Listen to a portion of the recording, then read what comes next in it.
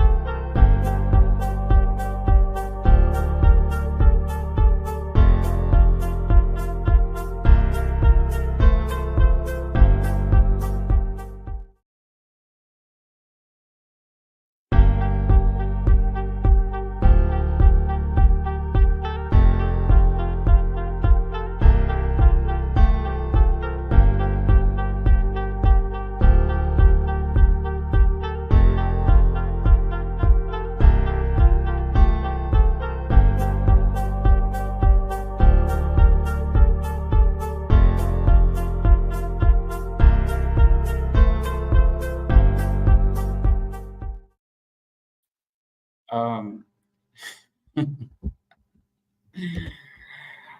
yes, good evening, ladies and gentlemen, watching me here on Barcode Fire Network. My name is INNOSSETU, and I'm broadcasting live from Kampala, Uganda. Yeah, today is a Monday, and I think this is the last day of September 2024. We shall never see September 20. We shall never see September 2024 again, apart from today. So this is the end of the month, and of course, I welcome you all from that long weekend that you had from Thursday evening until Monday morning today. Let me hope you're doing good and your day is fine. For those that are working, for those that have just joined work right about now, I don't know, but it's evening here in Kampala, and they are just 10 minutes past 5 p.m. here in Kampala, Uganda. Yes, my colleague, of course, will join me. Maria, she will join me there. But I welcome you all, all. And of course, thank you for always watching us here on Blackwood Fire Network. We're always glad that you watch us here, of course, and watch and support our shows here and there. Yeah, please don't forget to subscribe. For those that are just watching me for the first time, don't forget to subscribe, because if you subscribe, you're notified of the incoming shows on your phone or on your laptop. So don't forget to subscribe. And for those that watch us from Twitter, follow and like the page. Yeah. Today's topic is about race for America. It sounds like the phrase sounds crazy. It's like it has no meaning. But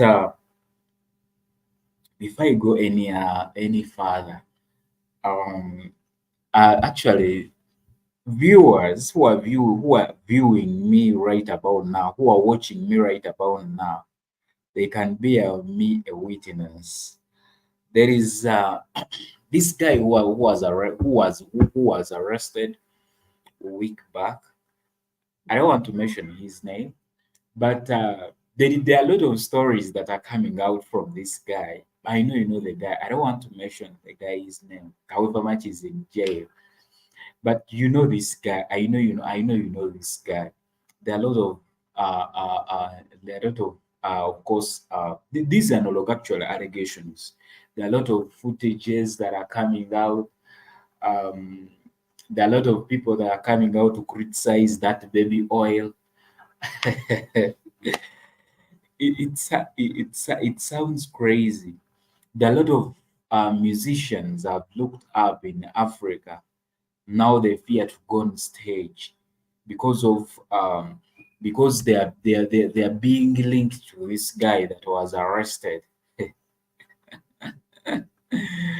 There is a video of Burna Boy, that Nigerian singer. Actually, it is an audio. It is in form an audio form, but I don't know whether this. I don't know whether guys you have got that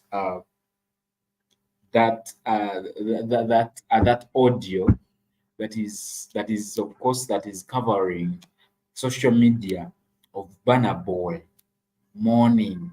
They call it morning with the MON.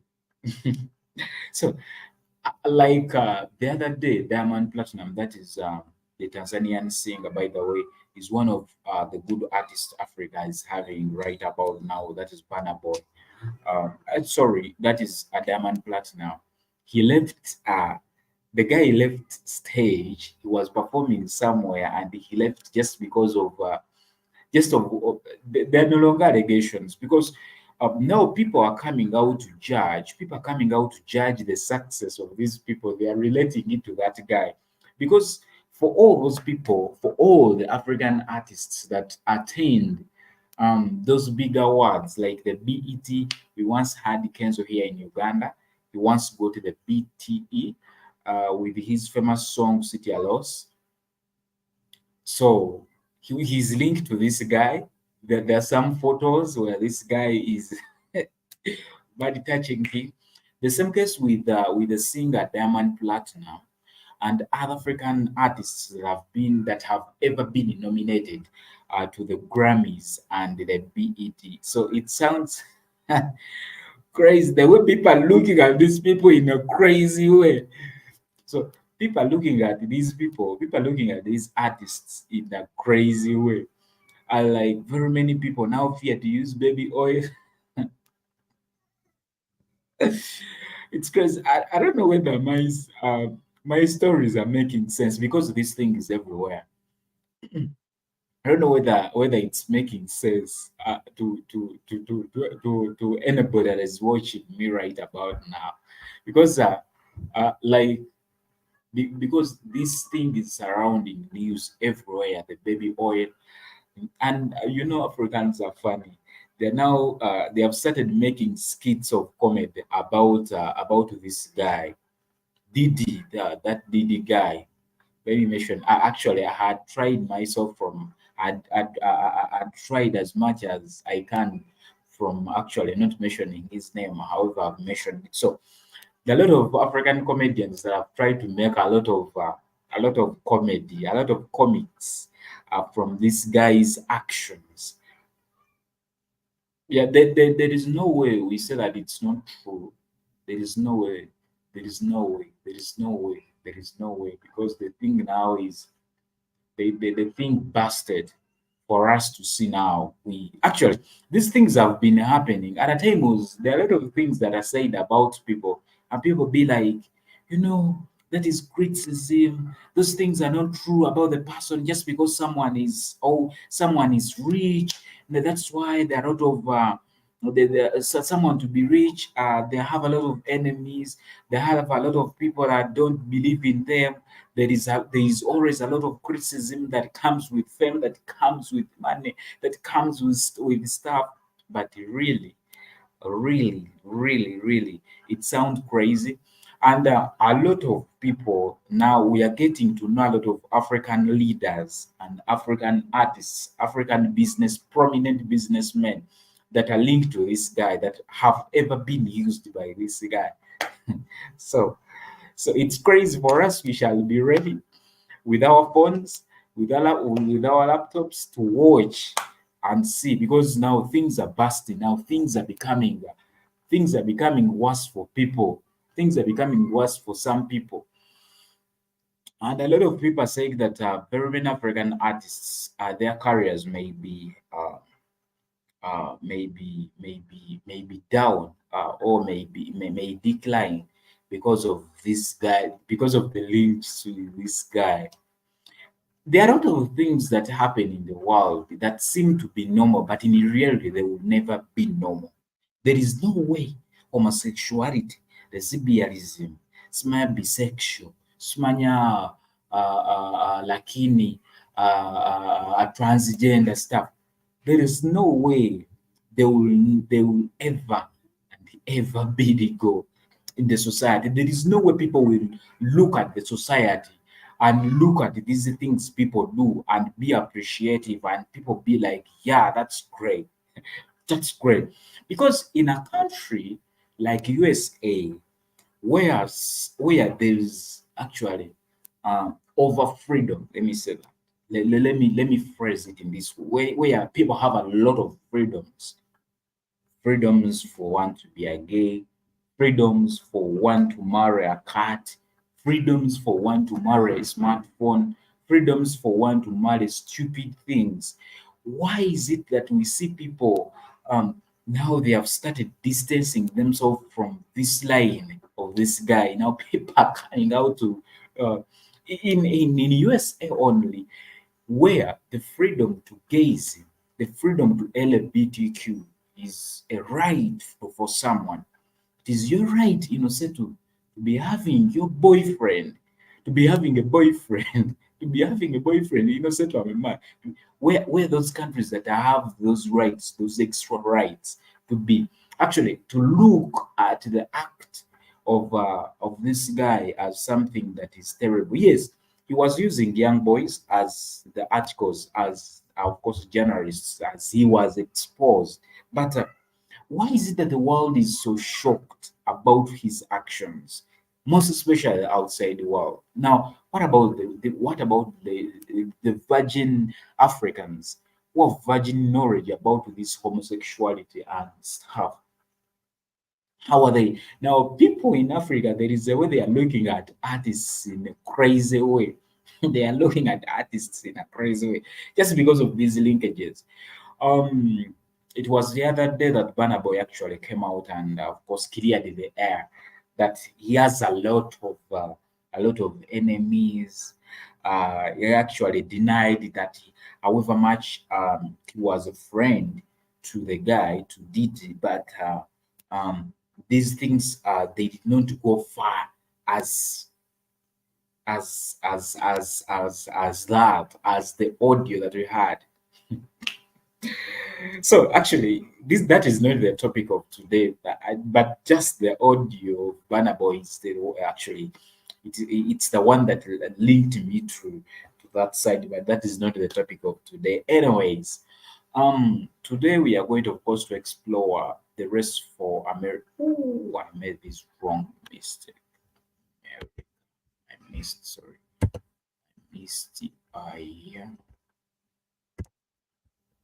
Let me make this right. Okay, thank you. So, our topic today is a race for America. Yeah. This is going to be in a documentary form. There is a documentary that I'm going to share from here, from Al Jazeera, and it of course explores things that it explores much of the things that happened in 2020 during COVID time. So these are, of course, it is of course a documentary that delves into the, of course, the tumultuous events of 2020 in the United States. This year was, of course, marked by global pandemic. We all know that. A significant movement of racial justice following the murder of George Floyd and a highly contentious presidential election. So it explores how these events expose deep-seated issues within African, of course, American society, particularly race, of course, race and inequality. So if you're interested in watching it, just stay tuned in, and of course, we watch this, of course, this documentary. I don't want to say much, but I will have to say something at the end of this documentary. That's where I'm going to put my supplements and compliments. So allow me, of course, go directly to this documentary. Protecting Americans' health also means fighting infectious diseases. We are coordinating with the Chinese government on the coronavirus outbreak in China. My administration will take all necessary steps to safeguard our citizens from this threat. As the world bears witness tonight, America is a land of heroes.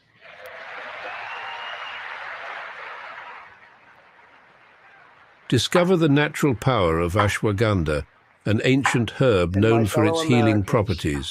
The best is yet to come.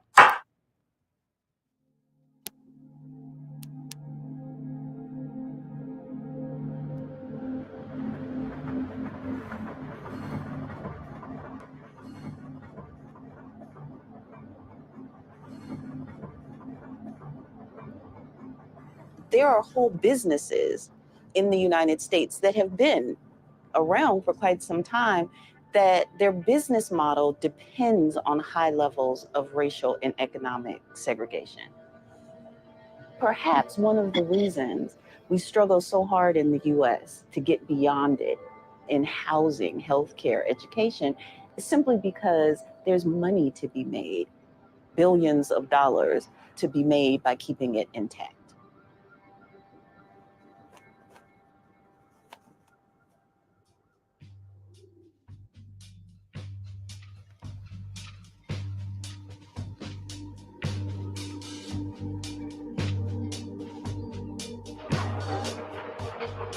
In the early 20th century in the US, you have this unprecedented accumulation of wealth in the hands of people like Andrew Carnegie, John D. Rockefeller.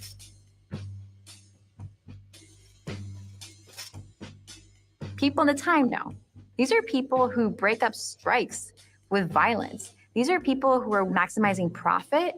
These are not heroes. This is sort of driving industrial production in the North. But in the South, they are largely still an agricultural society. There's a lot of labor, a lot of hard labor, and usually that labor was primarily done by blacks. They're being exploited. They're coming from a system of slavery. Slavery is finally ended. All of a sudden, you have no free labor, and they're kind of trying to figure out, How do we make sure that the South stays economically viable? We need people who know enough to do the work that we need done. So we need to train the Negro to have basic rudimentary kinds of skills. In this moment, you have people like Andrew Carnegie, and he said, I have this great option. It's called philanthropy. One of the serious obstacles to the improvement of our race is indiscriminate charity. Northern white captains of industry who all of a sudden want to go all in on educating newly freed rural Black people. What they wanted to ensure overwhelmingly is that they had workers.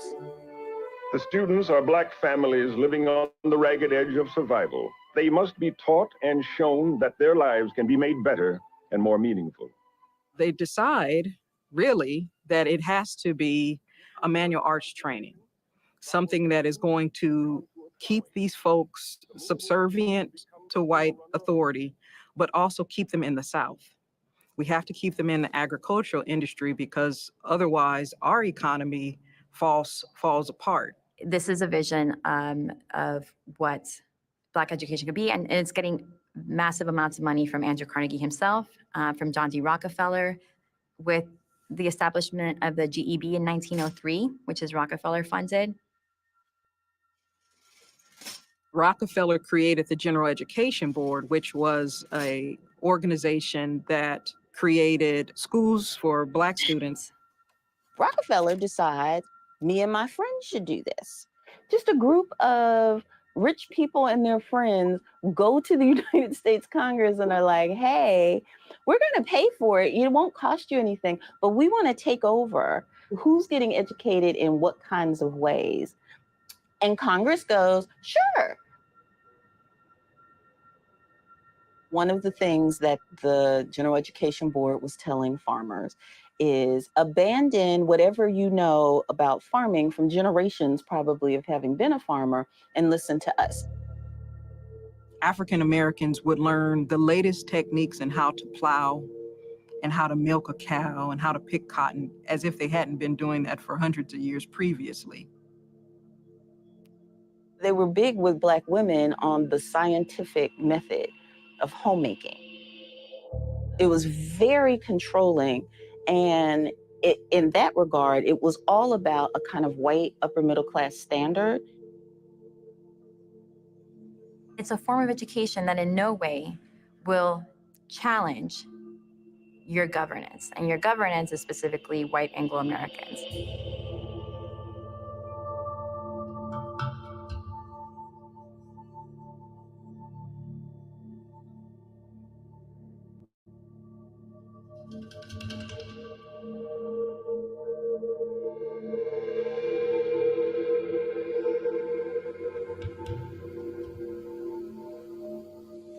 We've never had a moment where the country's been committed to educating poor kids and Black kids in the same ways that we do wealthy white kids. It's always been a series of experiments for people who were poor. Lucrative experiments, experiments that created wealth for businesses. The process of instituting public education in the United States starts off at its core as having been designed by philanthropists and business people and organized around Black inferiority. Most philanthropists have intermediate and ultimate outcomes. The intermediate for many of these philanthropists was Black education. The ultimate outcome was pacifying, avoiding revolution, avoiding a rise in Black consciousness that could challenge peace. Peace for whom? In Springfield, Illinois, troops and onlookers surveyed the results of a riot that broke out on August 14, 1908. When you're looking at the rise of violence in the early 1900s, what you're seeing for the first time is that Blacks are entering public life, and they are breaking those Jim Crow customs. 2 days of white mobs raging through the city's black district ended with 2 blacks hanged from a dead tree and 2,000 blacks looking for shelter elsewhere.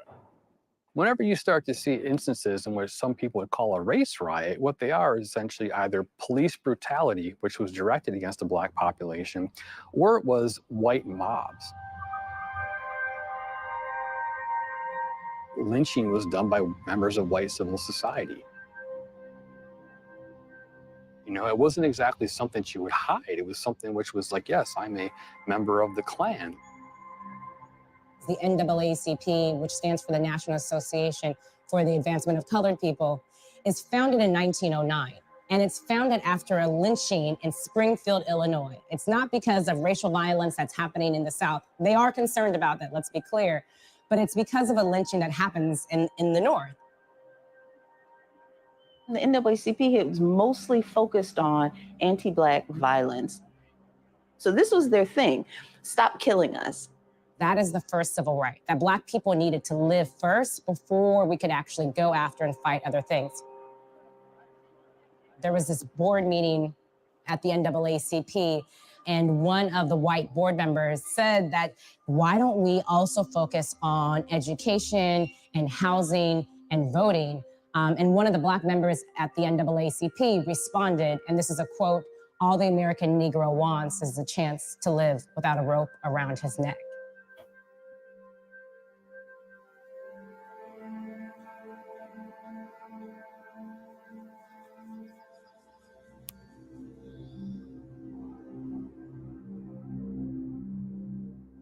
So the NAACP is focused on this issue of racial violence. They are focused on how do we protect Black lives. They are launching letter writing campaigns. They are organizing their citizens. They are doing demonstrations. They genuinely believed that if they could publicize the lynchings and the mob violence, that people's hearts and minds will change and it will end. They genuinely believe this, right? And it did shift. I mean, it's not that it didn't do anything. It did shift, but lynchings continued, right? And so they realized that they also needed to combine protest and marching in the street with work inside of political institutions. They had a vision and a view of equality that was audacious. But they were funding themselves primarily by $10 here, $5 there. But they were poor. They were poor for a very long time. The NAACP in the 1920s is considered a radical organization. Funders are like, oh, hey, we might want to focus on different organizations. But the NAACP is like, nah, we want to focus on Black lives, on racial violence. So in the NAACP's campaign, in terms of they're trying to pass an anti-lynching bill in Congress, there is a fund commonly referred to as the Garland Fund. And the Garland Fund was a vanguard of left-wing philanthropy.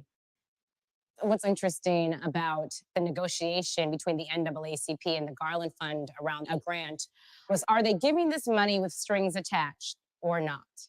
At the time, the NAACP was mostly focused on physical violence and equal pay, like the economic violence. When the Garland Fund comes along, they're kind of like, yeah, but we don't want to focus on those things. Like it's a downer, you know, like that's not what we want to focus on. We think what the key thing should be is integration.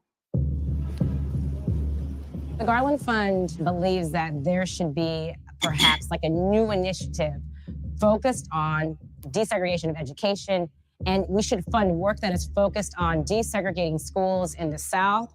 And the NAACP is the best organization to actually lead this effort. And it's crucial, I think, to also understand, without the Garland Fund's funding, the NAACP was a vulnerable organization. They would have gone under.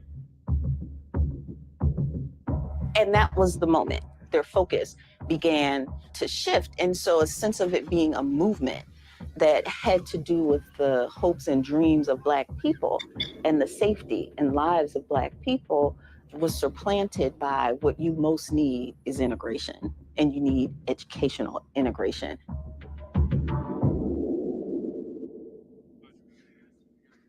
The culmination of this education desegregation litigation master plan is going to be Brown v. Board, decided unanimously by the Supreme Court in 1954. It ended Jim Crow in the area of education. Segregated schools were unconstitutional. You don't get the Supreme Court decision without this crusade around lynching and around mob violence, and that happens at the beginning of the 20th century. The Garland Fund is reflecting these foundations focused on education at the time. Not, let me see why this violence is happening so I can make a more peaceful and equitable world, specifically at any cost to white people. That's always a question. Are you willing to support and hear the outrage and address it at all costs? Because it's going to be disruptive.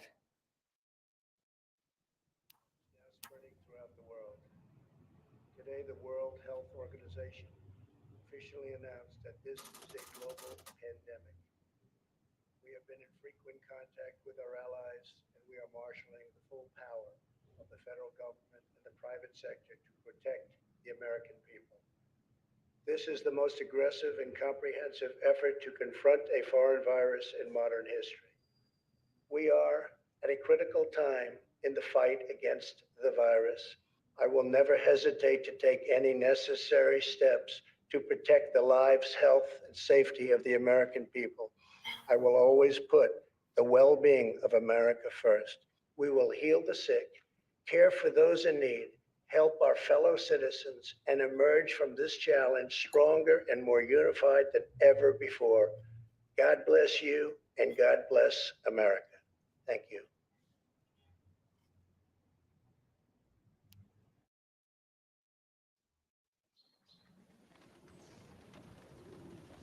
Even after the Supreme Court decision in Brown v. Board in 1954, it's not that Black people were safe. One of the biggest examples of where you see that is going to be the murder or the lynching of Emmett Till.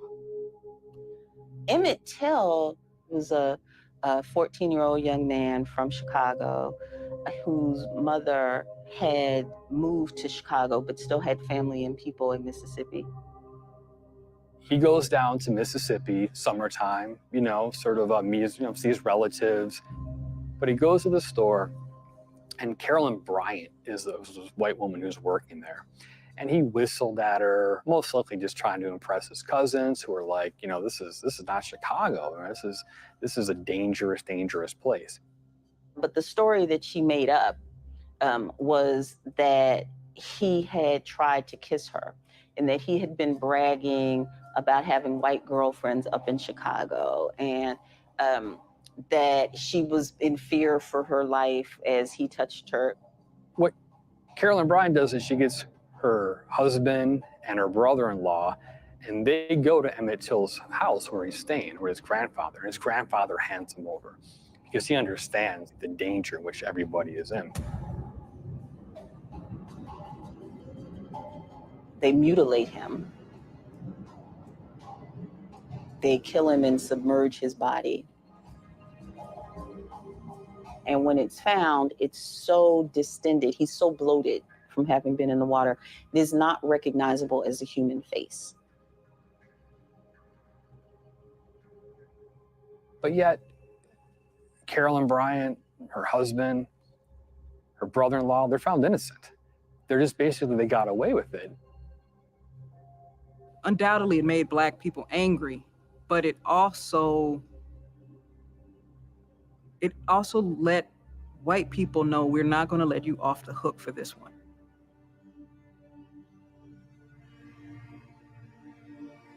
His mother decides to have an open casket so that the world can see what these white racists did to her baby.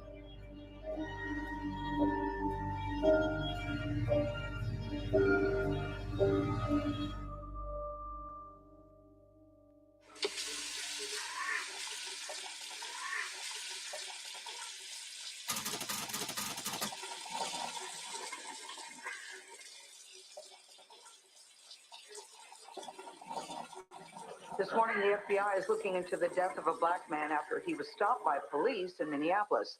The attempted arrest was caught on camera, and we need to warn you here that it's very difficult to watch. The video of last night's confrontation shows a white police officer with his knee pinning down the neck of the suspect. And you can clearly hear the man saying, "I can't breathe," several times before an ambulance arrives. Jeff Pegues is following this story for us. Jeff, what are police doing about this? Dale, good morning. Both of the officers involved in this incident are on paid administrative leave this morning, pending the results of the investigation. Police were responding to a report. Traditionally in the South, schools had been segregated.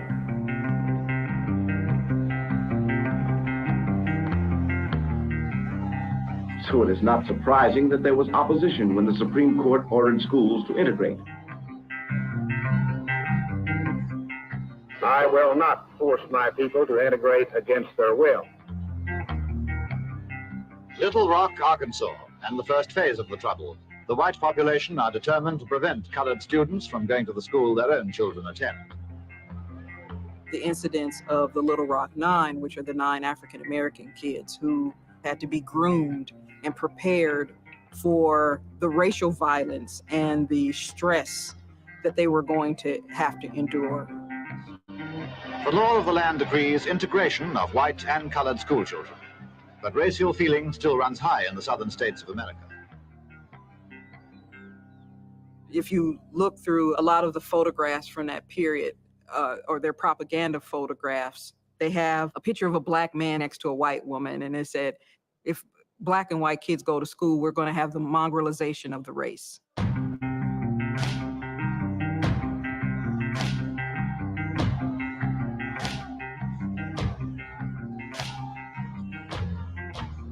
By then, everyone was clear that white people did not want black children in their schools. They didn't see this as the Supreme Court has now spoken, let us listen because it is the right thing. What they saw it as is there's some political agenda, and now you are coming after my baby.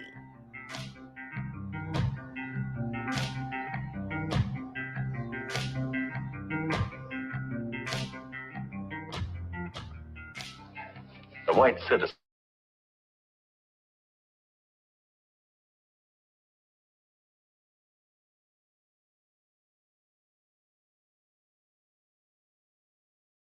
this idea of privatization. the senior prom at the public high school, now officially integrated. Not far up the road from the public high school, the private Prince Edward Academy holds its prom.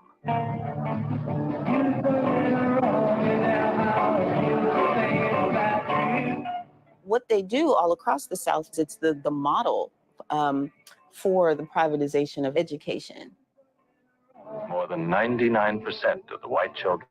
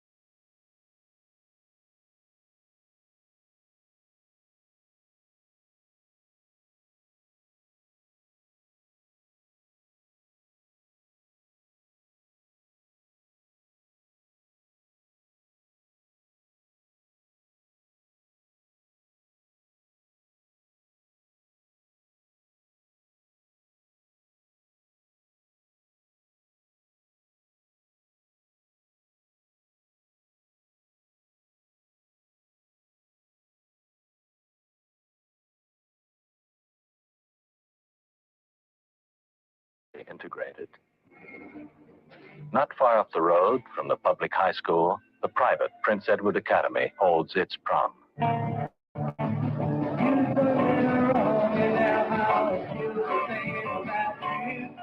What they do all across the South, it's the model for the privatization of education. More than 99% of the white children of the county attend private school. So if we can bankrupt the public education system and take it and just sort of educate our kids, white kids, over here, let's do that. So you had the White Citizens Council and the Ku Klux Klan white supremacist organizations in the South that started a chain of charter schools. They started a chain of privately run, taxpayer-supported schools all across the South that enrolled tens of thousands of students. They're forming private Protestant schools, which are all white.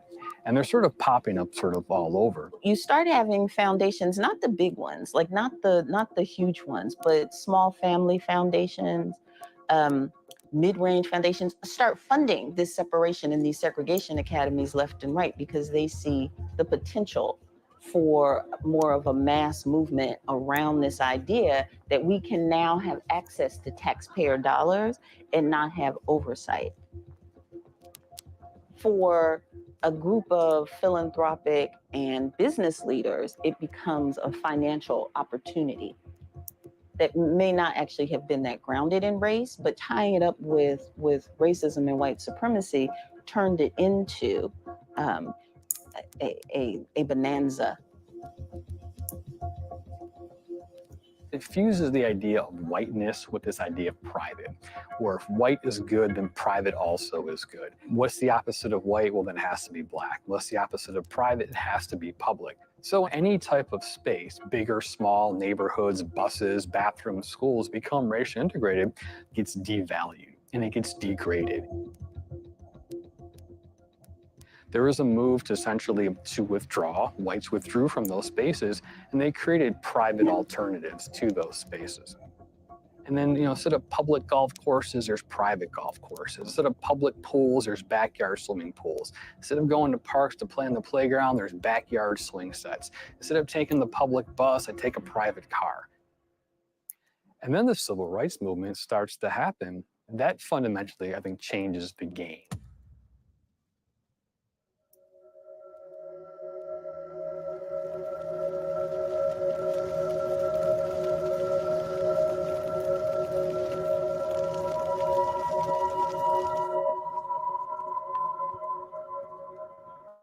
What is called the civil rights movement was really insurrection. They demonstrated, they picketed in a drive for equality. We all know what happened to Malcolm.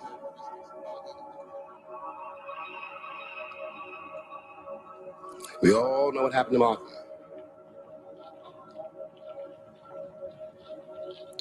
And so many more.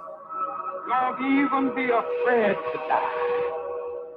No man is free if he fears death.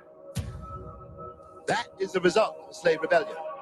And we'll keep marching and marching and marching until one day you look around and we'll all be marching together.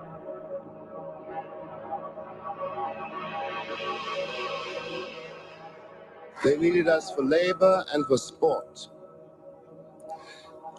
Now, they can't get rid of us. We cannot be exiled, and we cannot be accommodated.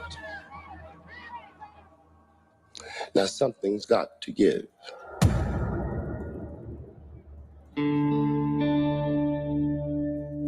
The Civil Rights Act of 1964 is signed at the White House by President Johnson.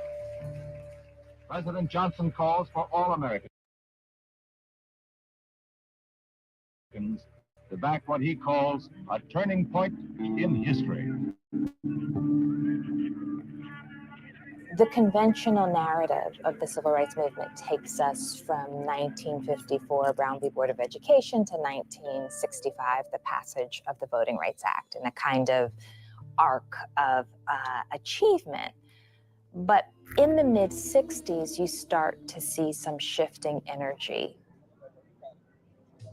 And once legislation has been passed, people start to turn to things like poverty, police brutality, because at the same time as federal legislation in support of civil rights is happening, there's also support of increasing police presence in neighborhoods. There's a very deliberate commitment to law and order that goes alongside civil rights. And white flight has begun from American cities. And in part, in response to the desegregation of cities, you get the tax base eroding because white residents move away into the suburbs. So you have a kind of powder keg in the United States, and that grows even more intense after the assassination of Martin Luther King Jr. The worst race riots since those 2 years ago in the Watts section of Los Angeles. American cities are essentially, they're on fire. Some of them are actually burning down. Where you find what has been called a race riot, they are always responses to police brutality, whether it's in Watts, whether it's in Newark, New Jersey, whether it's in Rochester, New York, Cleveland, Ohio. They all start off as essentially because of police brutality. The rebellions were kind of organic uprisings that came from deep poverty, that came from experiences of police violence, that came from unemployment, that came from the creation of large-scale housing projects in cities where people were literally sitting on top of each other.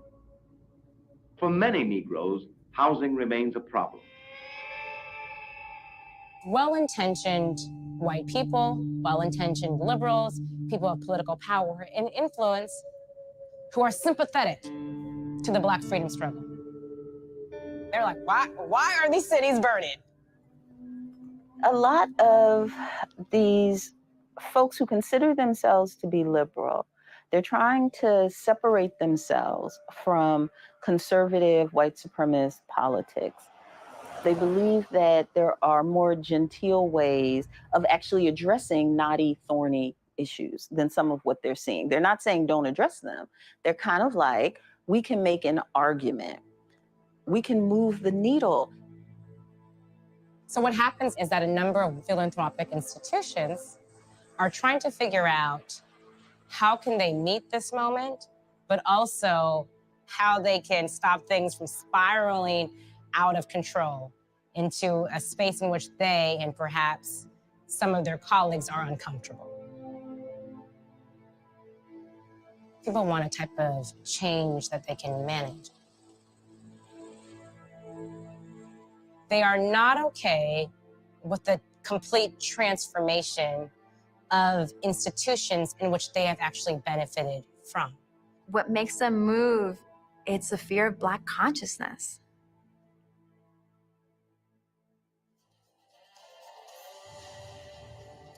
We are now on day 7 of civil unrest in America. You're looking live once again as protests get underway to honor the memory of George Floyd. But it comes after more exploitation of the situation last night. Riots, looting taking place on American streets, rocking cities like New York and St. Louis. And President Trump is under fire for threatening to deploy the military on rioters, as well as using extreme tactics to disperse White House protesters just moments before walking to a photo op at a nearby church. Top Democrats accusing the president of fanning the flames of discord.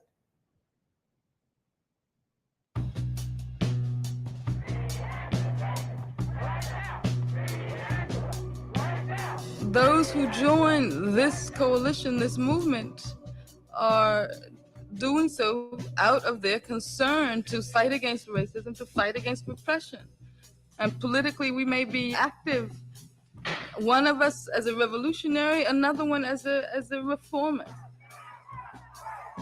What you see with the foundations, as well as like just rank and file senators with someone like Lyndon Johnson, is that they realized that they weren't going to be able to stop the civil rights movement.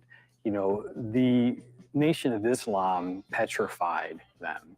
The Black Panther Party petrified whites in Northern California because they weren't doing anything illegal. It was legal to carry a gun. We're making a revolution by educating the people to the fact that they should arm themselves for self-defense. You see, educate them to what the power structure is doing to them, that they've made racism the primary objective that the people have to deal with when we mainly have to deal with capitalism. So they saw like what perhaps real revolution could look like. And for them, it was like, well, you know something, we better start giving some legislation here. We better start supporting that. Ford Foundation is really interesting in this moment. They become active in terms of this question about reform or transformation. They're like, well, transformation is a lot. We just came out of a civil rights movement. Let's focus on reform. And from their positions of privilege, of distance, they believed that their money, their connections, their influence could fix it. If they tried hard, if they spent enough money, if they got the right people, if they found the silver bullet, they could make this go away. Early on, the Ford Foundation is very much a regional organization in Michigan. And after the Second World War, with the ballooning endowment, it not only creates a national presence, but it's bigger than Carnegie and Rockefeller. For the Ford Foundation and their money of focusing on the Black power, but in focusing on how to contain it. We can meet Black power, not in terms of the full transformative vision, but perhaps we can focus on Black arts programs. Perhaps that we can focus on Black studies in colleges and universities and resourcing those, right? Perhaps we can focus on funding and or supporting quietly and or explicitly a Black liberal elite who can be the spokeswomen and men for Black people. Ford started to fund fellowships, doctoral student fellowships for Black studies and women's studies. Ford had a big hand in opening up spaces, particularly for African Americans and women, to get into higher education. African Americans are able to start to come into predominantly white institutions in large numbers where they had previously mostly gone to historically Black colleges. But when they start to be able to go into predominantly white institutions, the racial conflicts are still very apparent. And it gets manifested in the classrooms, it gets manifested in campus newspapers, but also outside of the university.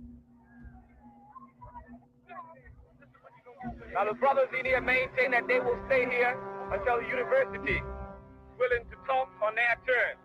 So we're gonna let Columbia know that if they don't want to deal with the brothers in here, they're gonna deal with the brothers on the street. You can look at a lot of American history as this kind of contest over the moral high ground. And that really burst upon the scene on April 18th, 1969 at Cornell University in upstate New York. It was Parents' Week at Cornell. Often many parents stay at Straight Hall in the heart of the campus. Some had already moved in and got evicted when Black students decided to occupy the hall. At Cornell University, institutional racism was pretty rampant, and African American students were particularly incensed by the refusal of the university to give them a Black Studies program, but also the kind of harassment that was taking place in the dormitories. And so from that, these students really try to engage the administration in conversations about what to do, and it's kind of falling on deaf ears. And so, you know, they decide that they're going to take over an administration building. The blacks were demanding the usual things, black studies, amnesty, and such. Their demands were met, and they came out. It was then everyone realized the black students were armed during the occupation. The images that emerged from this event were shocking. And one of the images that was widely publicized across the newspapers of the entire country was of students walking out of the hall, African-American students, armed with rifles and with ammunition bandoliers strapped across their chests, and with a list of demands in one hand and the weapon in the other. It is important to understand the context of armed self-defense amongst African Americans was not coming out of thin air, that it was a response to brutality. It was a response to racial violence. What ended the takeover is President Perkins, President Cornell at the time, had said, you know, we'll start Africana Studies. This was one of the demands. And the faculty on campus were completely irate. This is the first time in their life when they're having to be around women and Black people and Latinx people. There were members of the Cornell community who were horrified by this accommodation and invested in destabilizing the vision of Black studies.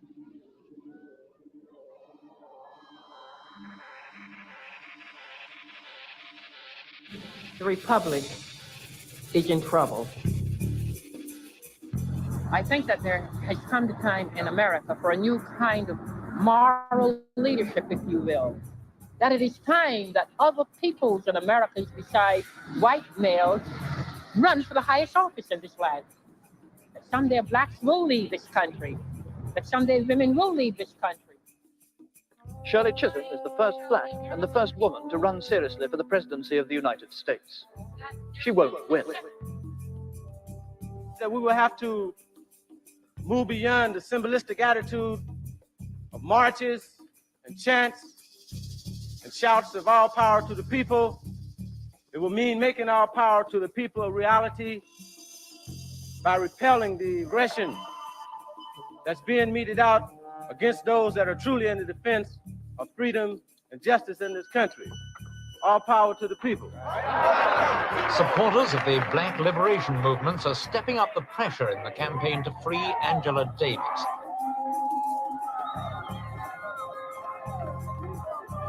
It wasn't a question of morality. It wasn't a question of being good or bad. It was simply a question of power. And the weak Black people had no power. We had to have some power. The only type of power we could have is Black power. Black power.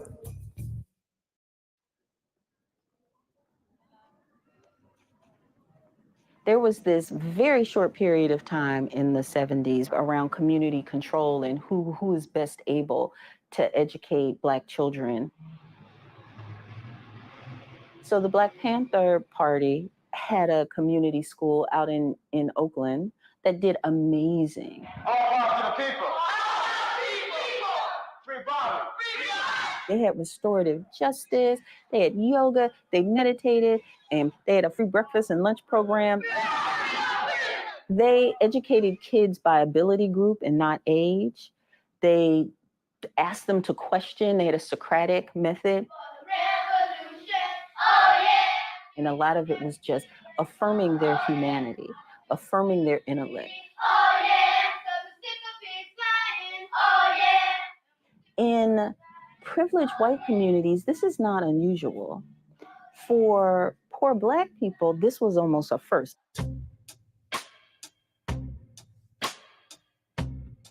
We're not saying that the survivor programs are necessarily revolutionary, but the survivor programs are tools and institutions by which we unify our people around. When we implement what we call a People's Free Food Program, we are implementing something that Black people and all poor oppressed people have a right to, and that's a right to eat. They were creating an ambulance program. They had the free breakfast program. They had eye clinic. They had the Sickle Cell Anemia Foundation. They had a number of almost 50 different initiatives. It's like, where is this money coming from? And then when you look, you start to see that Ford is behind some of it.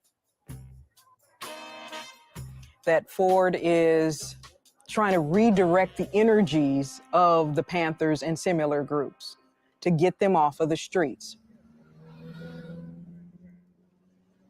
The Ford Foundation actually helped, fund the Black Panthers People's Free Medical Clinic. It started in Oakland, but there came in about a dozen of them, and it's the idea of trying to heal the community from within. And so it's the idea of how do we meet the needs of the people that we're around in those communities that have historically been marginalized. J. Edgar Hoover, who was the director of the FBI, saw that the Panthers community programs were more dangerous than them carrying guns because folks were starting to turn away from their dependence on the government and look toward the Panthers to come in and solve community problems. Historically, the Black Panther Party, when we think about it, we think about violence, we think about all the police conflict, and they were onto something that was really important that's often been overlooked. And it just speaks to the larger history of, exclusion and mistreatment. If the farmers struggle, pigs will call madness, but madness is the black man's heart. The Panthers are really concerned with working on healthcare because they recognize that you have to take care of your mind, body, and spirit. And there has been a lot of neglect with regards to healthcare in Black communities. When we do get healthcare, it's in the form of, syphilis testing on African American men.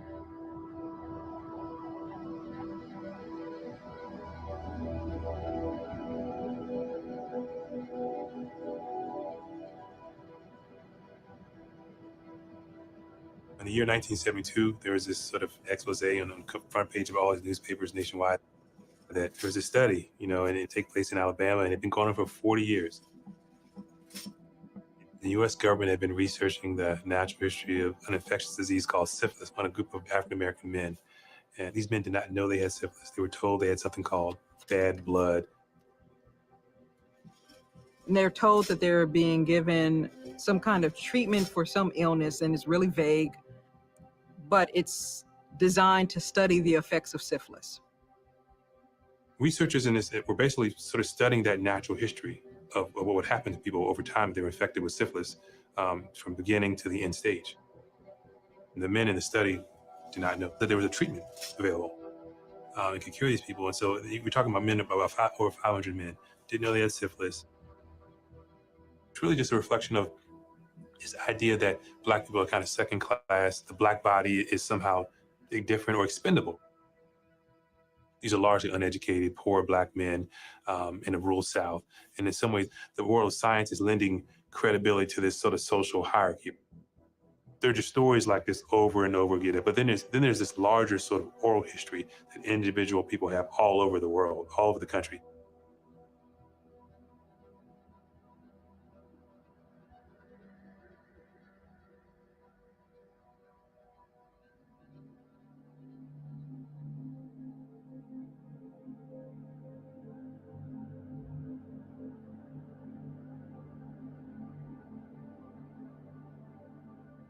The American Medical Association, right, that's the biggest umbrella of a group that represents physicians nationwide.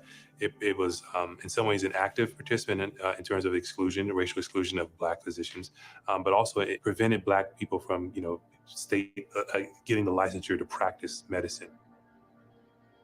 And so it just really speaks to the idea that medicine as an institution was formally and, segregated. In 1910, there was this report called the Flexner Report, and it really transformed American medical education. So it was a product of a teacher, instructor, historian named Abraham Flexner, and he was supported by the Carnegie Foundation and the Rockefeller Foundation. And basically, the whole point of it was to take a closer look at the American medical education system. It was also, supported by the American Medical Association itself. the Flexner reports. It is the model at the time in the early 20th century of the kind of study that's useful to this network of foundations.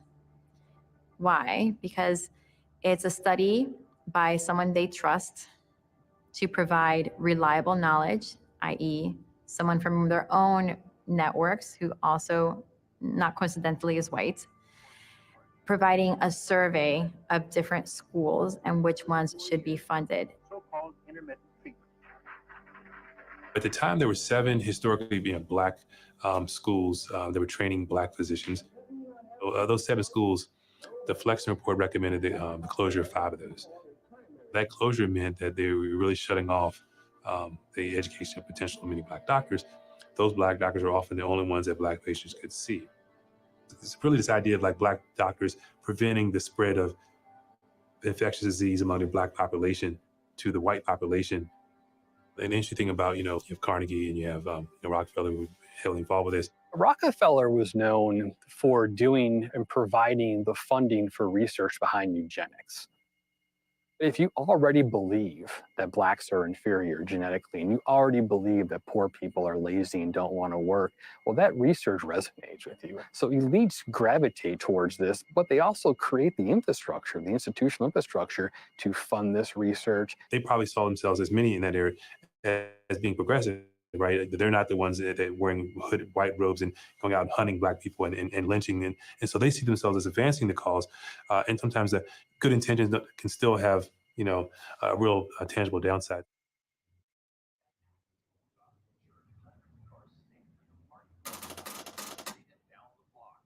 They came here for an antibody test to see if they've been touched by the coronavirus, but they wanted the test to come from a trusted source.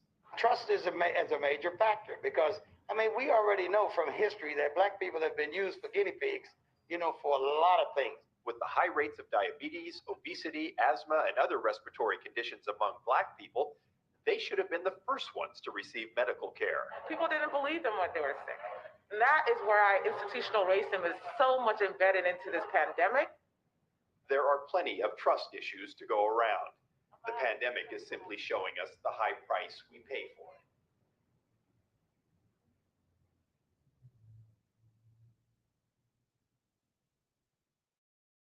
President Trump has chosen to kick off his re-election campaign in a city notorious for racist violence and mass murder. In 1921, Tulsa's prosperous Greenwood neighborhood was known as Black Wall Street, when armed gangs of whites rampaged through Greenwood, killing and burning. Planes dropped incendiary bombs. In 2020, Tulsa remains segregated with a history of racially discriminatory policing. Why then hold a rally in a state he'll almost certainly carry again? It's a volatile combination, a history of massacre, a bitterly divided nation on edge, and a deadly virus spreading. You'll be fooled to trust them. And like I said, their viruses, you'll be a fool to trust these bastards. Anybody Black, trust anybody white for any kind of medical situation in Africa and in the diaspora, you are an absolute moron. And you should get what you get. They try to make this fake ass democracy,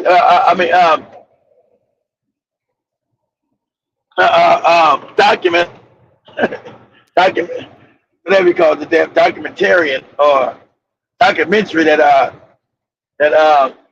Santa was playing. Oh, how the Black people, they should trust us now. They never trust you bastards. I know.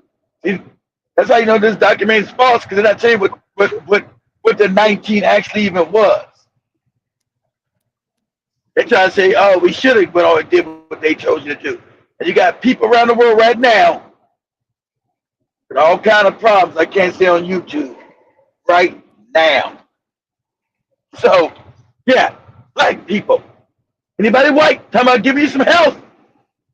You're supposed to know through history, on and off the continent, that they never come to help you unless you're still stupid and a moron, as they call you, childlike in the head. If you're childlike in the head, then yeah, go ahead and get their treatments. If you're childlike in the head, go ahead and get it. What's going on, Seto? How you doing today? I'm doing good, Keith. How All are right. you?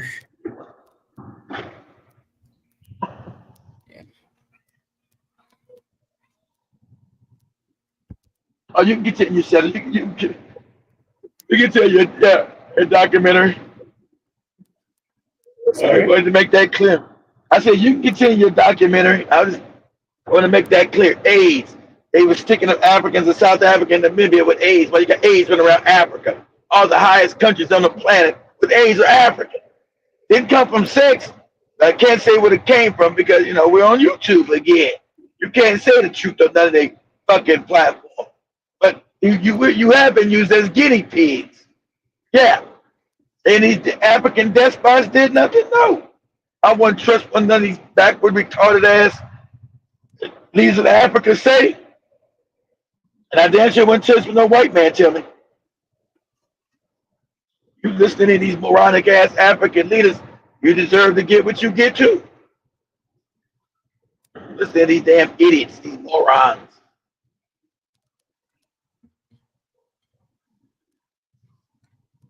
So, Go ahead, Seto. so Keith, the other time you wanted to show me how to share products here, so that they can be shown on the website as well as on YouTube. So actually, I was waiting for you to show me. Oh, it's waiting for me. You didn't contact me. Why don't you take? We'll do it tomorrow, Seto. We'll do it tomorrow. Okay.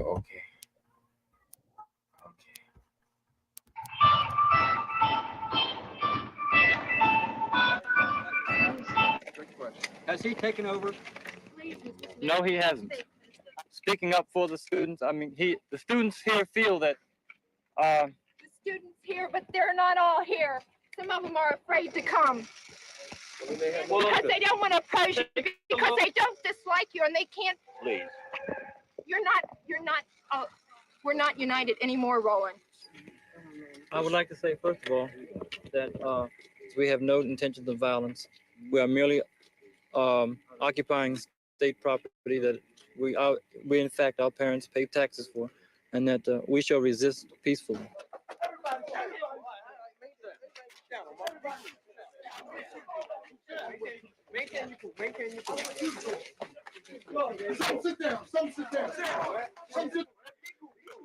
Over the late 1960s and the early 70s, at universities really across the United States, from San Francisco State to Yale to Cornell in 1969, student organizers began insisting on having Black Studies departments.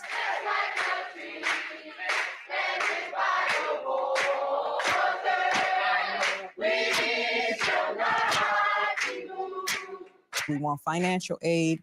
We want to be able to study our history. We don't want to be harassed as we are trying to function in these campuses. These protests are starting to scare white America. It produced a lot of anxieties that the university could not be a site of radical transformation. They are in a conscious endeavor to occupy university buildings and to eventually close down some of our colleges and universities.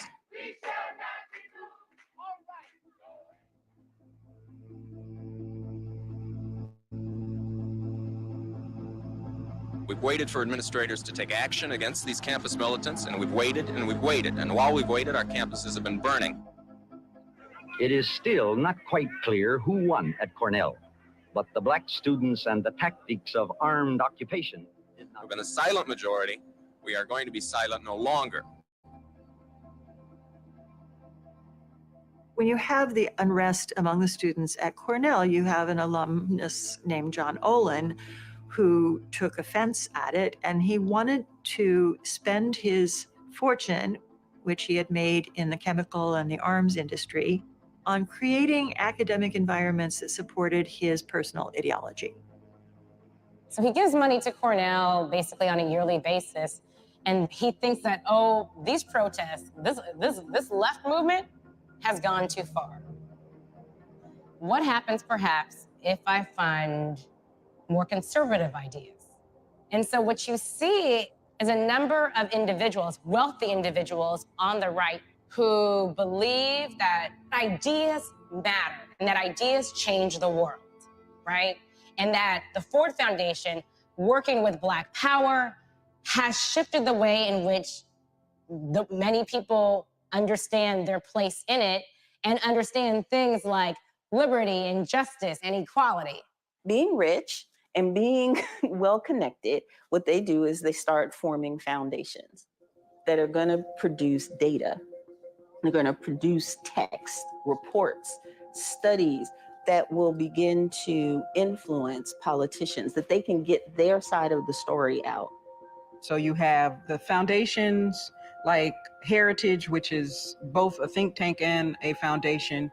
And then you have individual family foundations. So this is how you get the Olin and the Bradley and the Scafees and the Smith-Richardsons. They become anti-multicultural. They're kind of like, in the Heritage Foundation, they go to a very conservative idea of what education should be, who gets educated, how they're educated.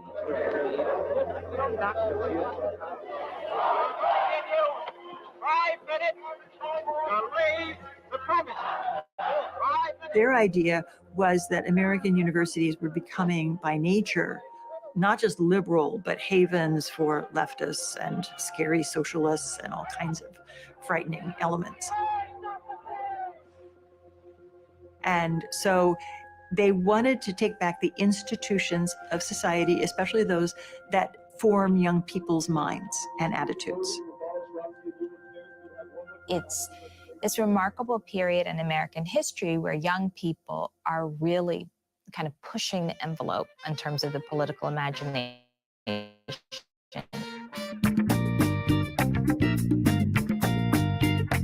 We, the representatives of the national gay community, come to you on an equal basis with every other citizen. They're talking about all kinds of new social arrangements for Black and Latinx people and for women. This favorable decision is a significant victory for the abortion rights movement and for women throughout the United States. All the various revolutions that are taking place are one and the same. How can you talk about the freedom of Black people and women are not free? We had the civil rights movement and the women's movement and the anti-war movement and the gay rights movement. But then you also have the rise of a kind of conservative backlash. We are for the Black people, we're for the white people, but we just don't want each one forced down each other's throat. Do the whites have rights? Any rights?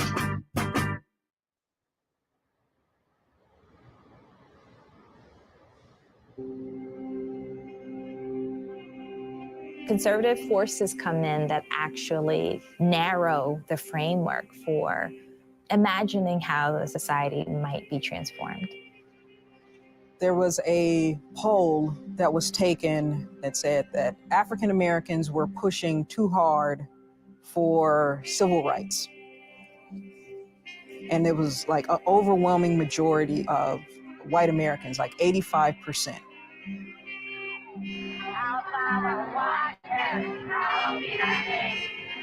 Tensions ran high, but Boston avoided another dose of widespread havoc that had heralded last year's first busing effort.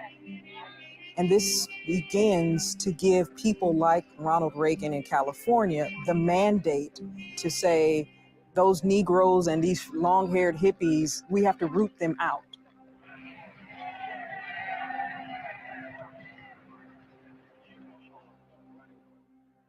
Reagan's popularity is starting to increase threefold among conservative groups. Later, Reagan blasted federal bureaucracy in a speech to Chicago's Executives Club. He called for a transfer of power to state and local governments. And they're saying, oh, wait, we have the next person who could take the movement forward.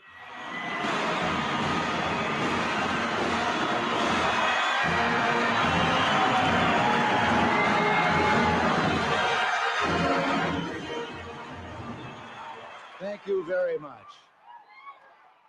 What is it that we as Americans really want? We want to worship God in our own way, to lead our own lives, take care of our families, live in our own style in our own community without hurting anyone or anyone hurting us. For those who've abandoned hope, we'll restore hope and we'll welcome them into a great national crusade to make America great again. Thank you very much. Thank you. So there's resources that Reagan starts to get from these foundations to put together a presidential candidacy committee.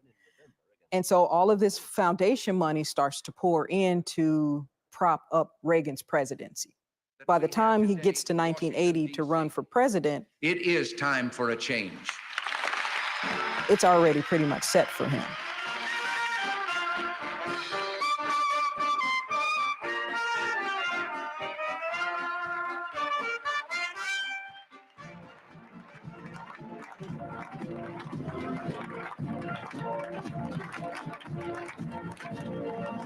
My fellow countrymen, the President of the United States.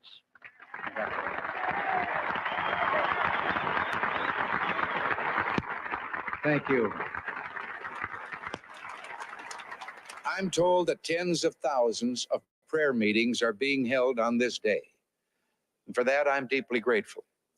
We are a nation under God, and I believe God intended for us to be free. When Reagan is elected in 1980, it's supposed to be this moment of optimism, and a lot of the conservatives, the foundations, the individual financiers and business interests, felt that they could attach themselves to Reagan in this moment. And as it happens, in 1981, the Council for National Policy is founded. One of the founders is Paul Weyrich, this ideological architect of the right in the United States. Paul, move on to lead off the discussion. Thank you, Mr. President. We appreciate it. Paul Weyrich played a role in founding a number of different organizations, including the Heritage Foundation right-wing think tank. Pull out the facts and fiction. He really wanted to ignite a hyper-conservative counter-revolution. We hope very much that this effect be part of an ongoing consultation. Paul Weyrich says it's not enough to just elect people to office. The left and the liberals have taken over the entire culture. Entertainment, education, domestic life, everything. We've got to take it back. I want to describe the Council for National Policy as a group that exerts influence, not exerts power. And it's part of a constellation of organizations that work in concert.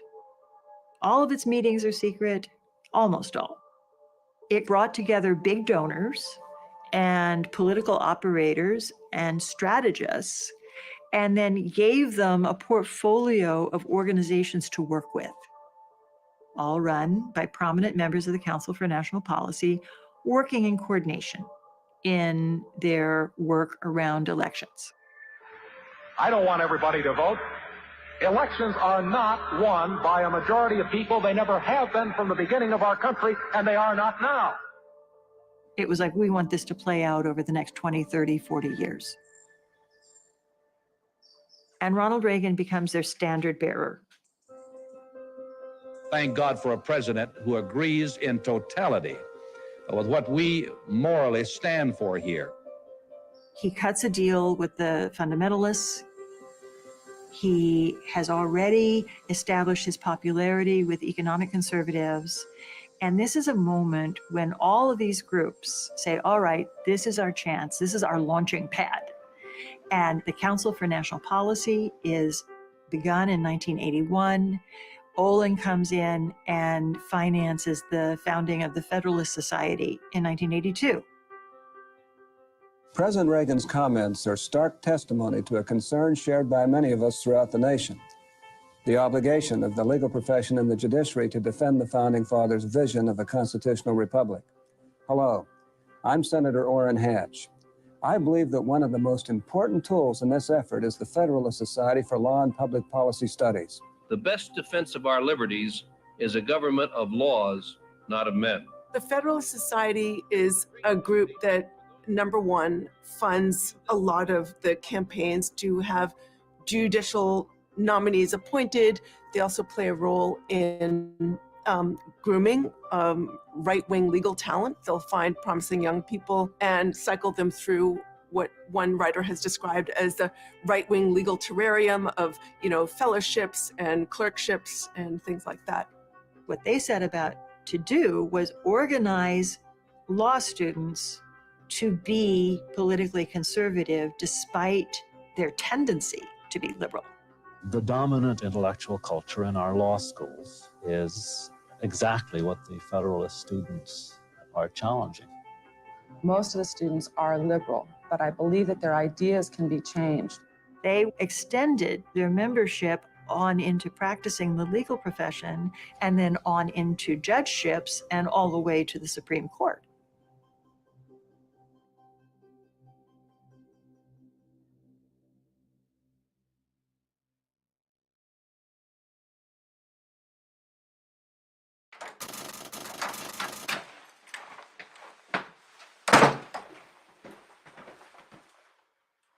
Bader Ginsburg, who is far more than merely a Supreme Court justice, has died. A lot of people are tuning in right now wondering what this means for the Supreme Court, what this means for Capitol Hill and a confirmation process and the election. This is sort of the crown jewel when it comes to what a president can do, and that is to fill a Supreme Court vacancy. It is remarkable how many Trump appointees are now on the bench. And when it comes to the Supreme Court, that is the ultimate, and it is a number one goal and has been his whole career.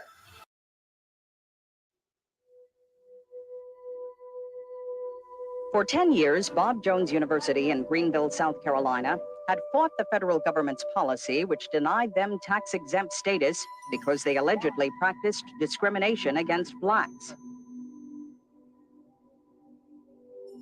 Bob Jones University is, in some sense, the flower of the religious right, kind of evangelical conservatism at its height. They had a policy of not admitting African Americans until 1971.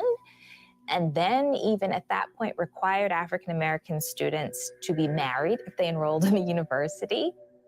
In the 1970s, yeah, you follow their goofy religions. They don't want you in there. They get a fake Christianity, and they don't want your ass in there. They don't want you in there in they Christian colleges. They don't want your black ass in. They don't want you niggas in there. But you still keep their goofy religion.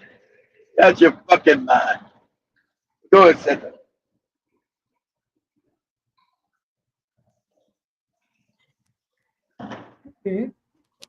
Look at the tax-exempt status of some of these segregated schools and asking, why are we subsidizing segregation? You know, tax subsidy is like a gift from the government.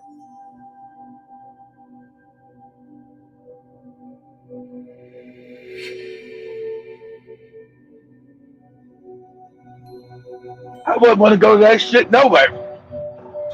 I wouldn't want to go to that shit with all them racist ass crackers nowhere. If you black, why would you want to go to that shit anyway? They already hate you. Why would you want to go to that shit? Oh, because they got my fake Jesus that the white man told me that he's God, and they don't, and their God don't want me in this school, but I want to go anyway. Why the fuck would you want to be around these motherfucking people? Go on, Seth, you got it.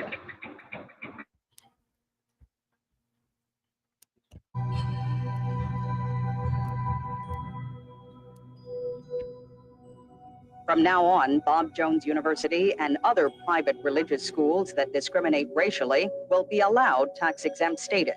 NAACP President Benjamin Hooks said he considers the move another retreat on civil rights by the Reagan administration. This last action, coupled with all the other actions that have been taken, is given. And understand, this fake organization that he's the president of, NAACP, does not represent black people. It's a fake Jewish organization that did complete damage to us as a people. all throughout their fucked up history. Has nothing to do with, he's just a sock puppet. Like I'm a 70, this motherfucking moron is a puppet. And this organization has never done anything for black people. All you got was Jewish propaganda in their movies, because they created that shit.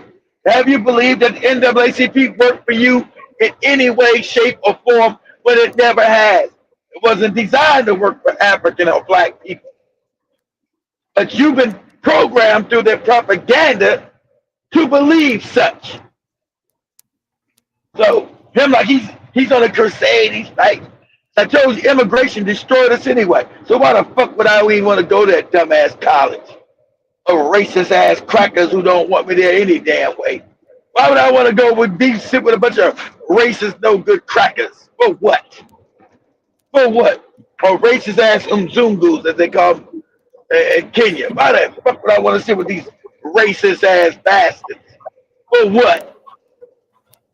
Sit up there, but what benefit is for me to go sit with these people who can't stand my ass? How's it benefit me? Hostile to me. So go ahead, Seth. Let's see what this moron's talking about. Go ahead. In this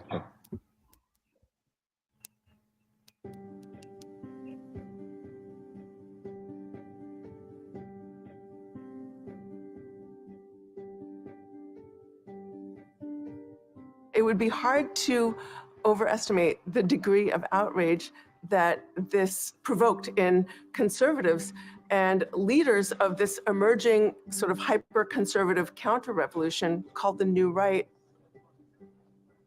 These different organizations that believe that if they have to pay more taxes, that you are cutting into their liberty. And what they mean by that is they don't want money to go benefit groups that they don't like Black people. One of the ways that the kind of Southern evangelical right wing recast itself once segregation as a formal matter was rejected by the American public was to sort of shift its focus elsewhere. Now that they have realized that they'll lose their tax exempt status, they need something else to be a rallying cry. We love the rhetoric of this president, but in point of fact, Paul Weyrich is looking for an issue that could sort of unite their movement and bring together disparate strands. They sort of went down a list of these different issues, and when they got to abortion, it was almost like a light bulb went off. And they're like, huh, that could work. The issue is gathering momentum. 100,000 marchers stretching half a mile across Washington, representing the biggest demonstration against abortion in America. There's a material consequence to being racist, but there is not a material consequence as of yet to being anti-abortion. There was an agreement made between economic conservatives and elites on the one hand and evangelicals on the other, and a coalescing of these parts of the electorate. Congress is still heavily in favor of the right to choose, and the Supreme Court, which permitted abortions, is still just in favor of that judgment.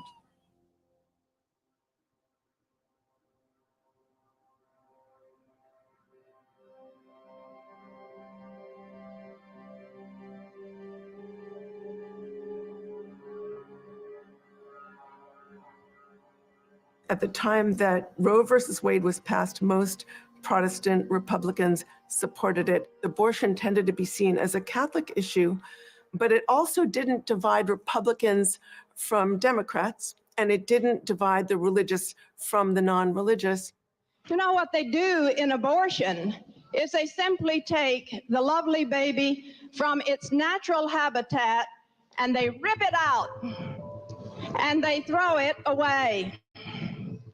It was really only over time when the New Right decided to make abortion an issue. What we're witnessing is the battle of philosophies.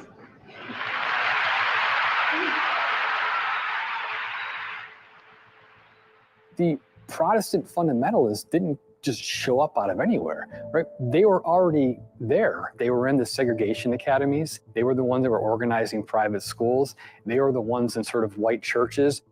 Underneath this all is, of course, race and the rejection of the civil rights movement. But the language shifts, the discourse shifts. In the context of the churches, though, there is a quite explicit discussion. It's not on the public stage, but about this anxiety about white babies and white birth and the fear of encroachment and being overwhelmed by non-white people. The 50 largest cities of our nation will be predominantly black or brown, and churches don't know what to do. After the 60s and the 70s. Why would that be bad? The churches don't know what to do with these niggas. We gave them Jesus, but we don't give a fuck about these niggas. We gave them fake Jesus in Africa and everywhere, but we don't give a fuck about these niggas. We gave them fake religion, but we don't want them around us. We really like to execute them if we could. You see that? You know, these niggas will be in the cities and be more of them than us. Aren't we brothers in Christ? No, fuck all that bullshit. We told the dumb nigga that shit. That was for controlling his stupid ass. We told his stupid ass that we were friends in Christ and all that dumb shit. We don't believe in none of that shit. It's about our power. Let the dumb nigga talk about that Christ shit. It's about white people and their power to control the world and control the wealth and resources of the world. That's what it's about. Let the dumb nigga talk about Jesus and the Lord. And, you know, that's set the mama sit in the church and believe in that stupid shit. Not us. Go ahead, Seth. You got to go ahead. To traditional values, family values. Don't kill your baby, lady. Please don't. Look at this. They use this issue to get people to support the hyper-conservative candidates that the movement favors. It's a form of identity politics. They're voting identity.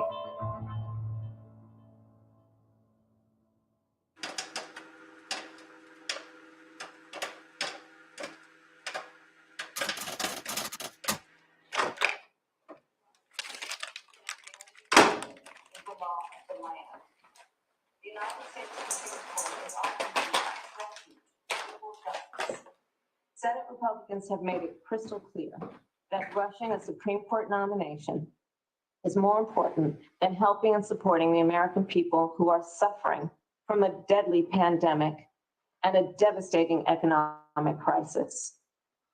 Judge Barrett, in 2006, you signed your name to an advertisement published in the South Bend Tribune. It described Roe v. Wade as, quote, an exercise of raw judicial power, and called for putting, quote, an end to the barbaric legacy of Roe v. Wade, and expressed opposition to abortion. As the Senate considers filling the seat of Justice Ruth Bader Ginsburg, I would suggest that we not pretend that we don't know how this nominee views a woman's right to choose and make her own healthcare decisions. We can say to the world and pledge to our children, America's best days lie ahead. And you ain't seen nothing yet.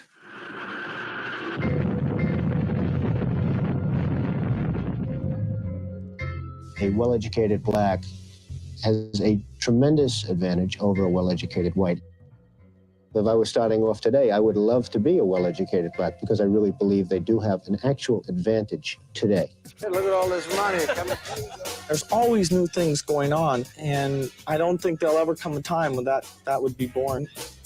Violent drug offenders will commit more than 100,000 crimes on this day alone.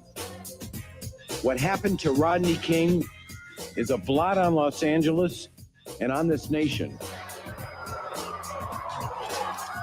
Unless black men shoulder their load, no one else can help them escape the hard, bleak lives that too many of them still face.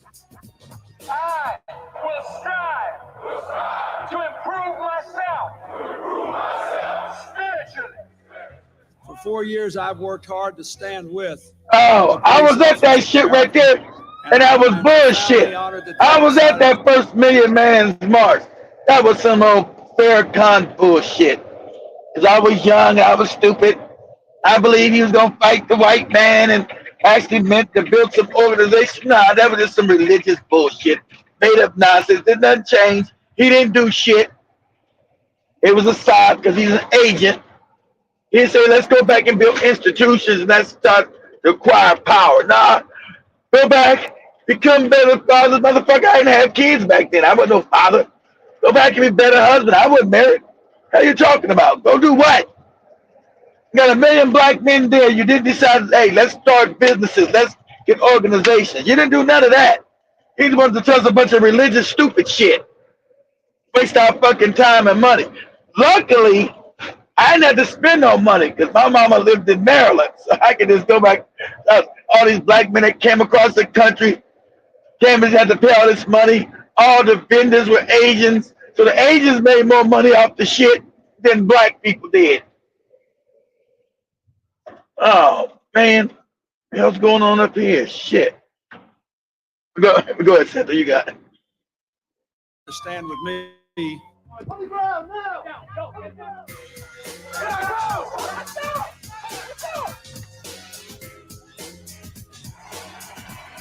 We've come through recession and terrorist attack and the uncertainties of war. America is a nation with a mission founded upon the dignity and rights of every man and woman. That's a lie. America's found as that's a lie. Dignity. America's found as a nation with dignity and rights for everybody. That's a lie based on slavery, goddamn graft, corruption, wickedness. Fuck are you talking about? But you gotta keep saying that shit. And the fun thing about it, like I said, half the white people here had nothing to do with building this country. They came after the Africans built this bitch. They have nothing to do with the foundation of the country, but they're treated better because they're white. Remember, all white people, the majority of them just got here 100 years ago. After the country was goddamn built and rich. But they get better treatment than the black people that built this motherfucker because they're white. They had nothing to do with building this country. Not a goddamn thing. They had nothing to do with the building of this country. Nothing to do with this. I'm a proud American, my forefathers. Your forefathers? Motherfucker, you just got off the boat 2 days ago. What are you talking about? But since they're white, they're treated better than all black people been there for 400, 500 years who built this raggedy motherfucker for free. You know, that's the sad situation about it.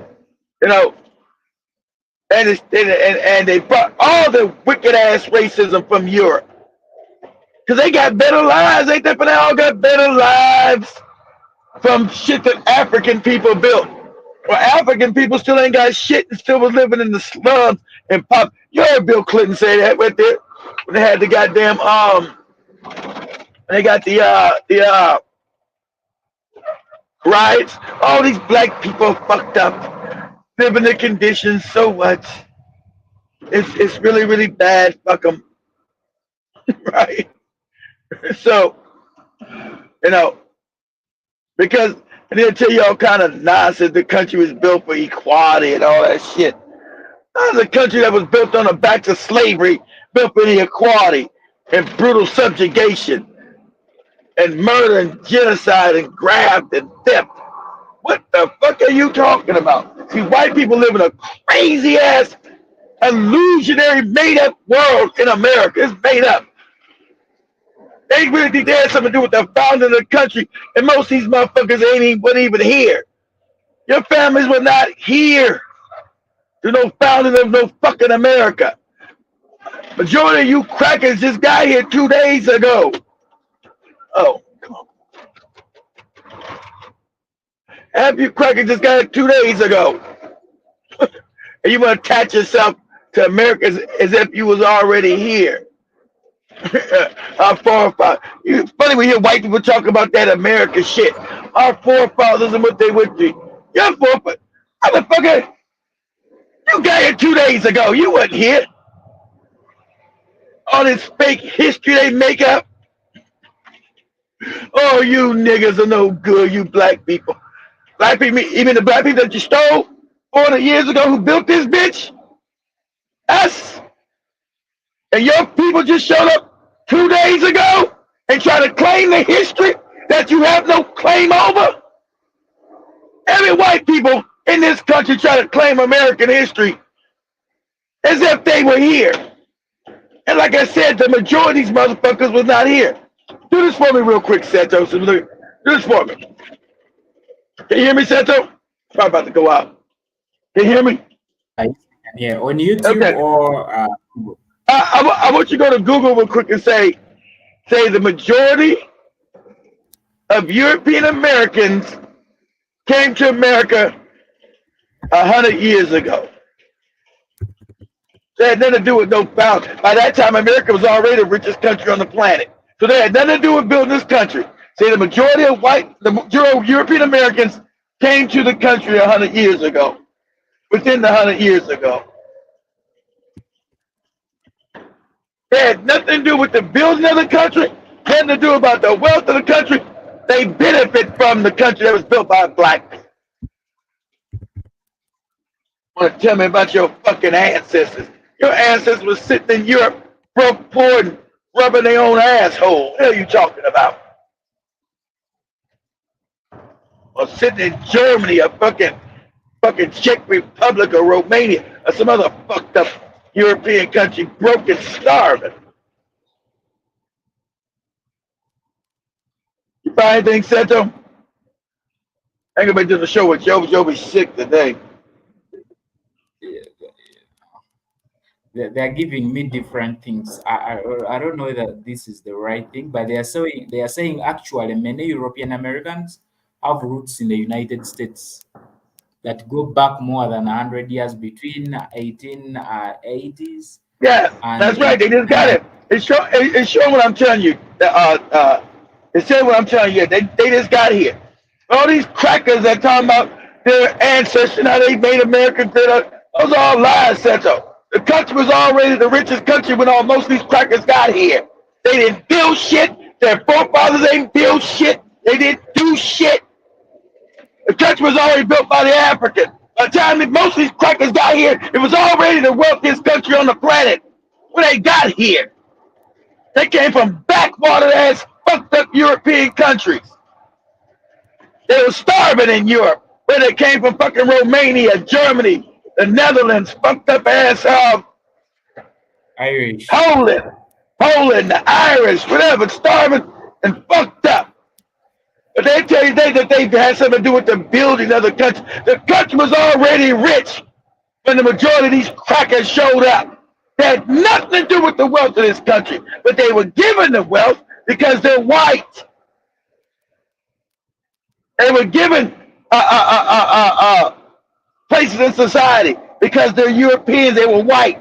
They had nothing to do with the building of this bitch. As they like to tell you, I'm a white American, I'm a proud American, and we built a great country. You ain't built shit, you wasn't here. You ain't built a goddamn thing.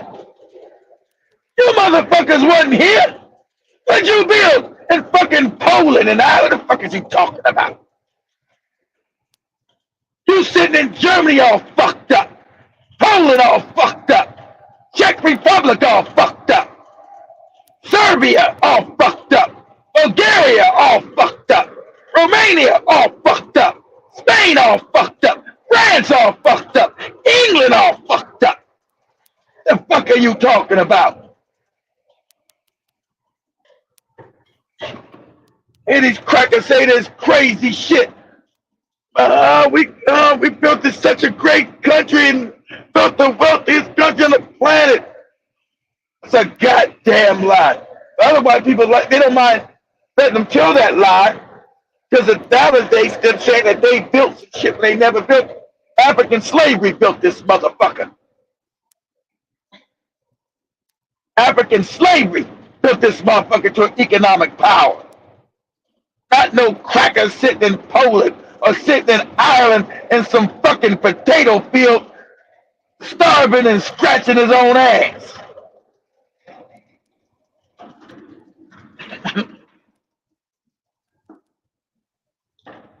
But they were white. They were brought over here because they felt there was too many Africans. They were scared the Africans were going to finally take over this bitch. So they sent all their poor-ass European cousins letters to bring their asses over here long after the country had already been built. So half the crackers you see in America who say they're Americans, and they wasn't here. Is that thing that they wasn't here? They didn't build shit. It had nothing to do with the building of this country. None of these crackers. These crackers just got here. Country was already built for these no good fucking starving bastards. That's them trying to take the credit for the African who built this motherfucker. You know? That's them trying to take the credit for the African who built it. Because they still kept the African in poverty, still kept the African ignorant, still kept the African fucked up. What about these fucking half-breed motherfuckers over here and gave them everything because they were white? They didn't earn shit. See, the story about the white man last 500 years, he's been brutally stealing shit and then helping other white people acquire money that they never created, acquire lifestyles that they never created. So you see, the people that actually build the country are still living abject poverty, majority ignorant, and abject poverty. While the white people came over, now they've enjoyed all the wealth of the country that the African created. Just like in Africa. That's why you got the white people in South Africa. These other parts of Africa. They enjoy the benefits of what black people labor, whether free or marginalized labor. That means working for nothing almost. Working for pennies on a dollar. So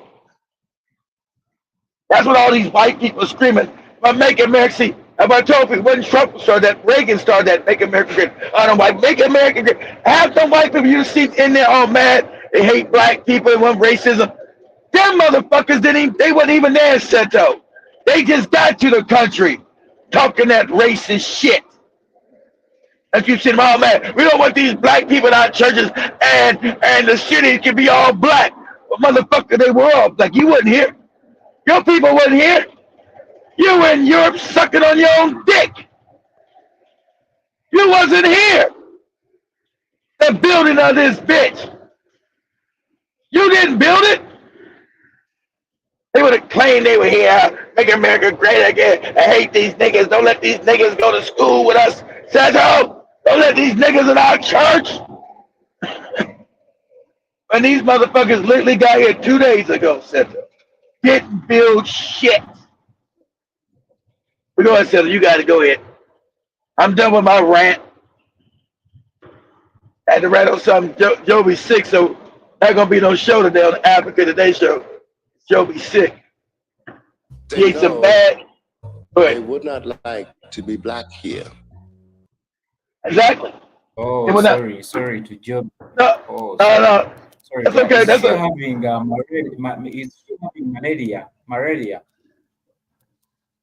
What about malaria? No. She got malaria. She was suffering. She got some bad food. She had some bad beef last night. It's fucking her up. Oh, sorry. Yeah, but you guys call. Hey, do you guys call it Noma Choma in Uganda too? Probably not. You guys call meat Noma Choma? Yeah. We normally have them like Nyama Choma for.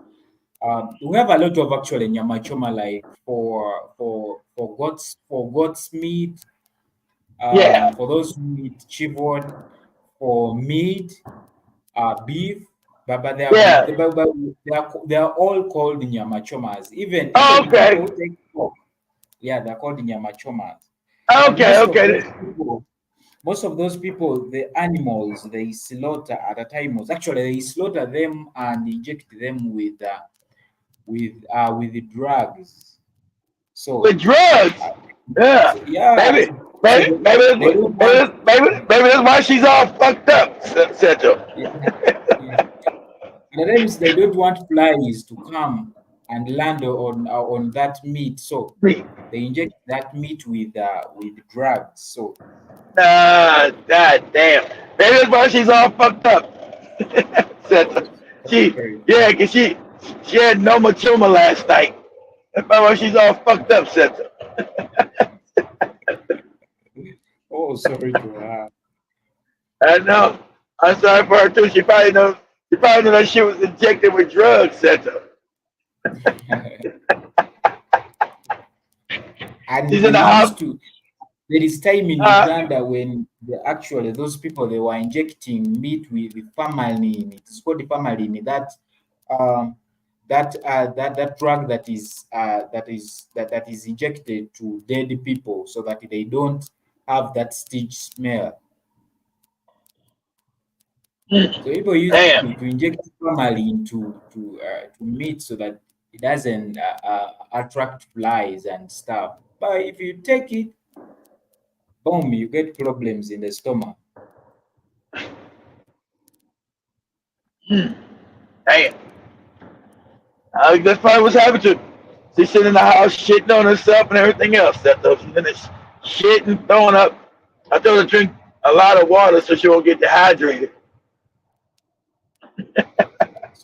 She's sitting on the toilet. That though. I know. I'm sorry. I'm sorry. She's shitting on herself too.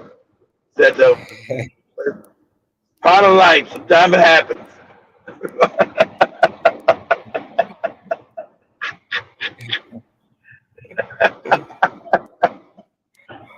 By the way, me too. I like taking meat a lot. I like taking meat apart from pork. I don't take pork, but I like taking meat. I'll fuck with that pork. So, Settle, you don't eat pork, which is good, but you eat goddamn grasshoppers. You don't eat pork, which is actually good, because I don't touch that shit no more either. But you do eat grasshoppers. Settle, you are crazy.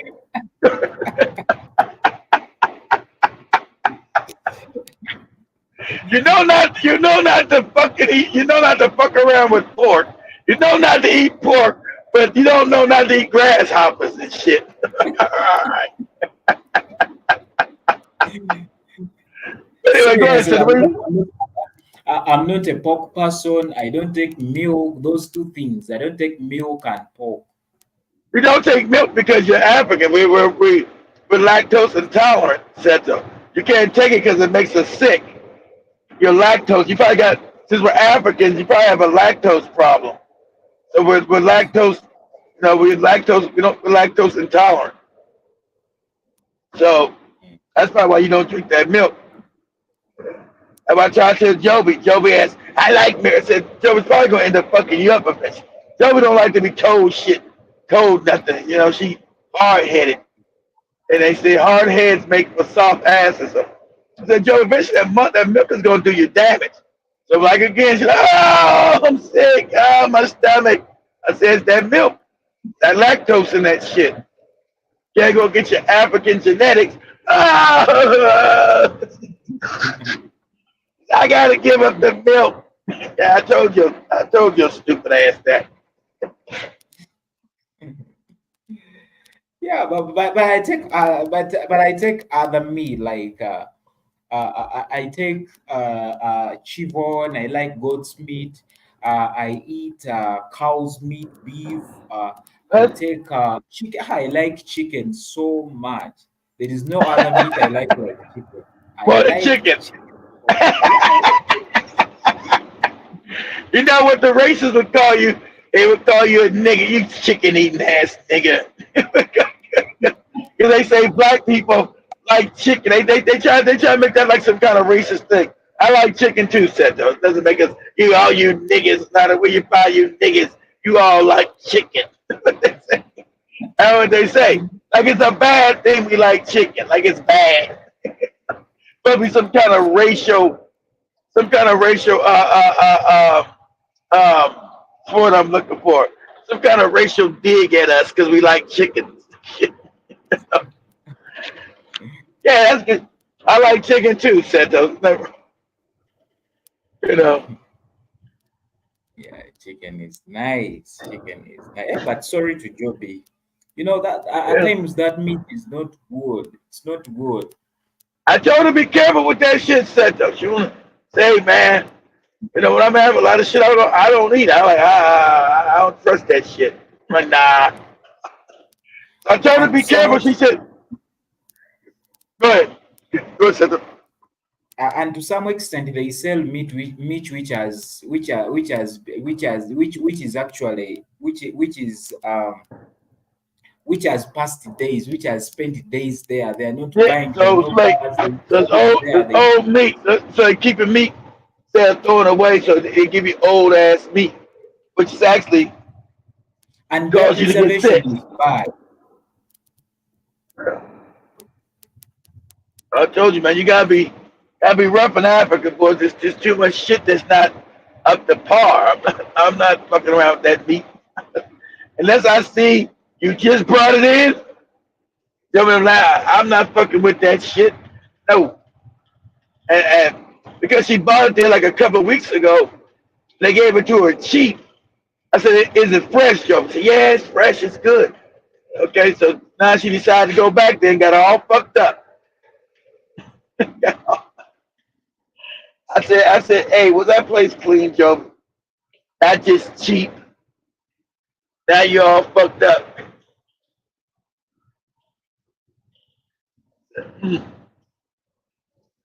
Now you're in there walking around butt naked, shitting on yourself.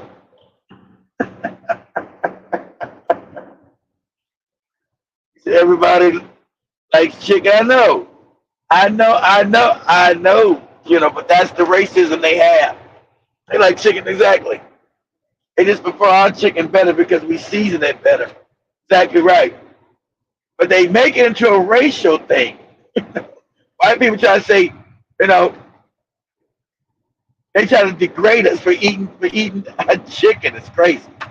Or like a watermelon. It's crazy. It's just the hate. It's just the unmitigated hate that they have for African people. Their hate for us is psychopathic.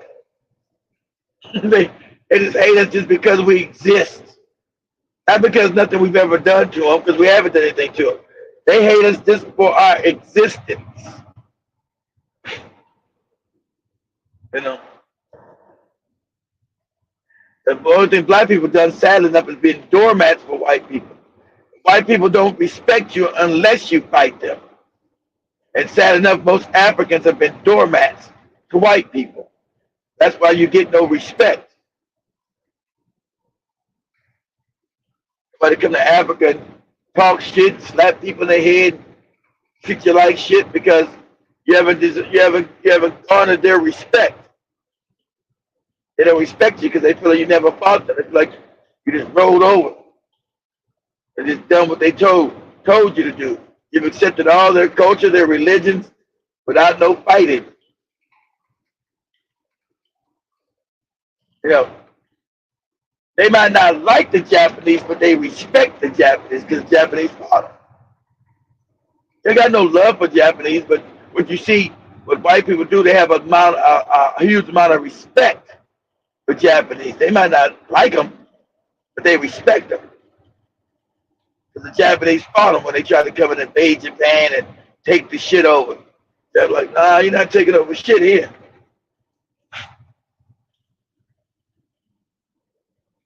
So they respect that. They don't respect you if you ain't giving no fight. Those Africans, they never gave a cracker no fight. So they don't respect the African people.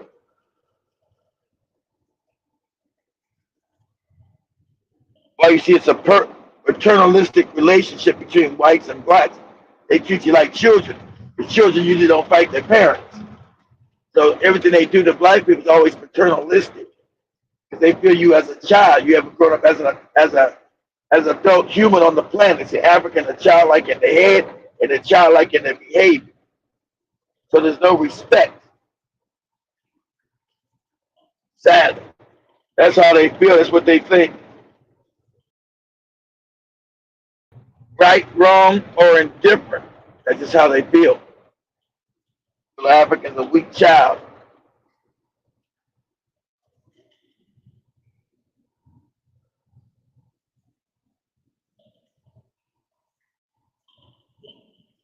Oh, go ahead, Seth. You got it. I lost Seth, guys.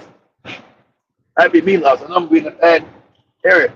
Man, did you guys see that hurricane fucked up parts of Florida, fucked up Georgia, but it really fucked up North Carolina and Tennessee. Whole towns. A lot of people saying those were the sundown towns that black people weren't allowed to come in. And I know that part of North Carolina, the West, all up in the mountains. And they racist as shit up there in the mountains. So a lot of those towns have been wiped out. A lot of people saying those were the sundown towns. And if that's the case, fuck them. That hurricane came all the way inland, destroyed parts of Florida, where I'm still at right now. It wasn't that bad when I was down in Ocala, though, in Lakeland. It wasn't that bad. It was bad further, like in St. Petersburg and Clearwater. But North Carolina, it's got mudslides and all kind of, whole cities are gone. Houses just floating away. It's crazy. Cities are cut off because all the goddamn bridges are blown away. Shit. No, nothing can get in or get out. They got no internet service. They have no telephone service, no electricity, no gas, no food, no nothing up there. I'm like, wow, it's crazy. Oh, shit. You see that, Sato? Did I lose you? I think I lost Sato. Oh, I did. It's me.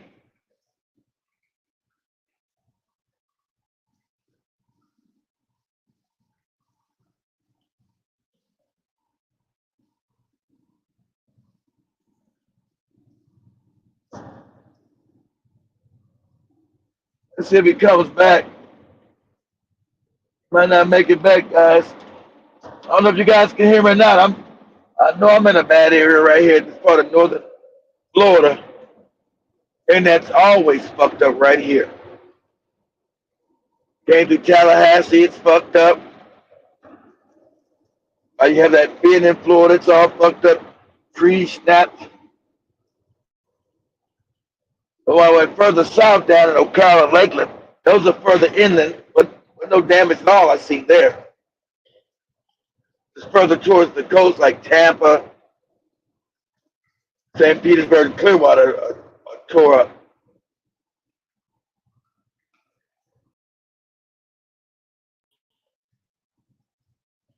Oh, shit.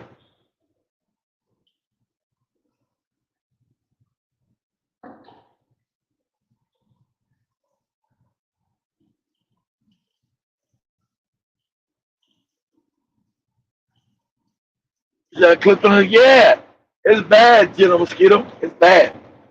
I was like, damn. But if those are sundown towns, fuck them. You do got black people living in that area, so nobody can just be so callous. Because you can't just say just because it's sundown, the communities around them are black. They got black people that live in those areas. So they would be suffering too.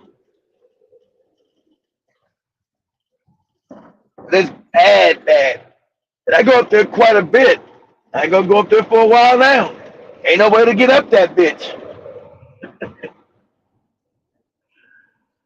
I know I was up there early this summer. I think it's been about a month or 2 months since I've been up there.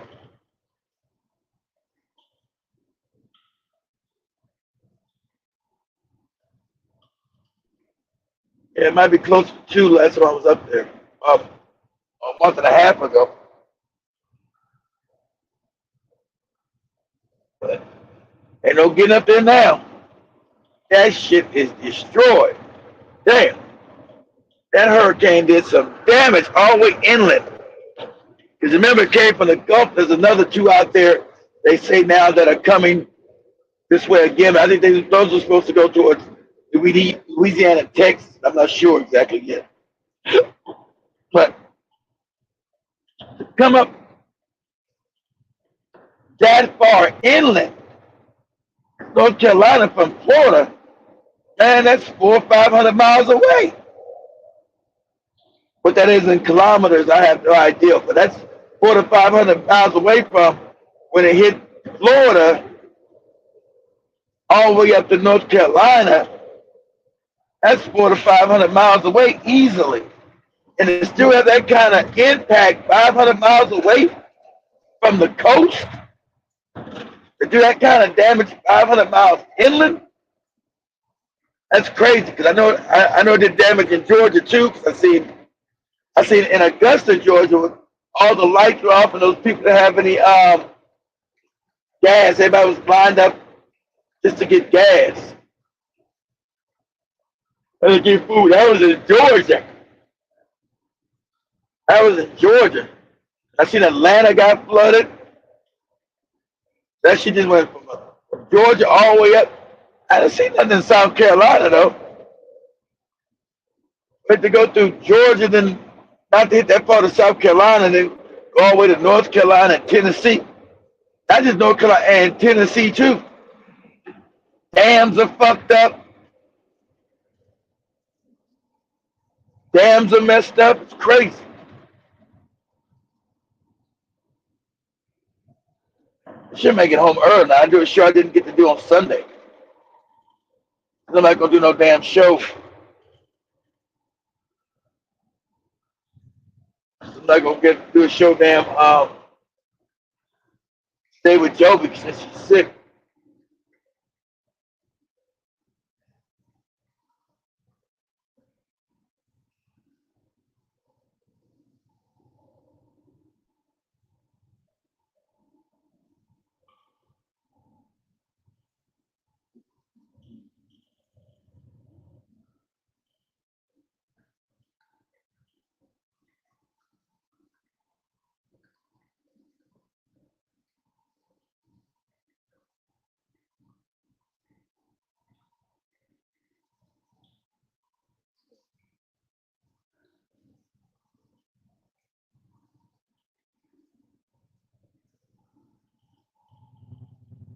Yeah, but I'm trying to come back on night.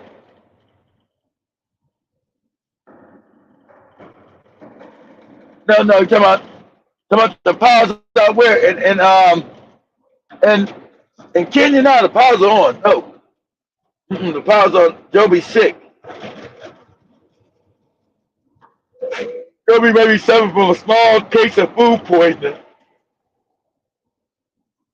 Oh, you ain't seen that? How about you ain't seen that at work at all? She ain't been at work all day today. Yeah, she hasn't been at work at all, Jibba Jabba. And so since I probably make it back to the house, I just do a show later on this evening. Nah, she couldn't do. Nah, she been sick all day, suffering from diarrhea, throwing up, and nausea, and everything like that.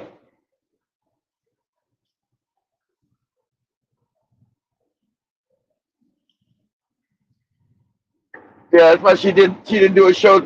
She didn't even come. She didn't even come into work today. They told her to stay at home. That's why you see her do a show with just the sales staff. Give me that. It's just the sales staff in the back. You guys never see them anyway. And it was just Shamani and Irriton today as far as on-screen talent. Cameras and them don't come in till Tuesday, Wednesday, and Thursdays. Then HR on Saturday. So it's usually just Joby,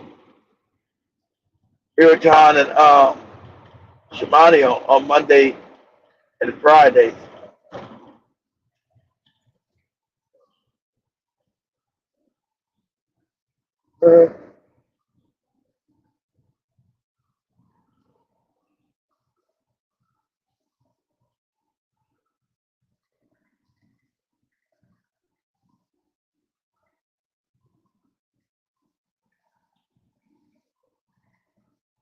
It's probably been one of the most devastating hurricanes that's hit in a while. As big and wide as it was, how much turf it hit.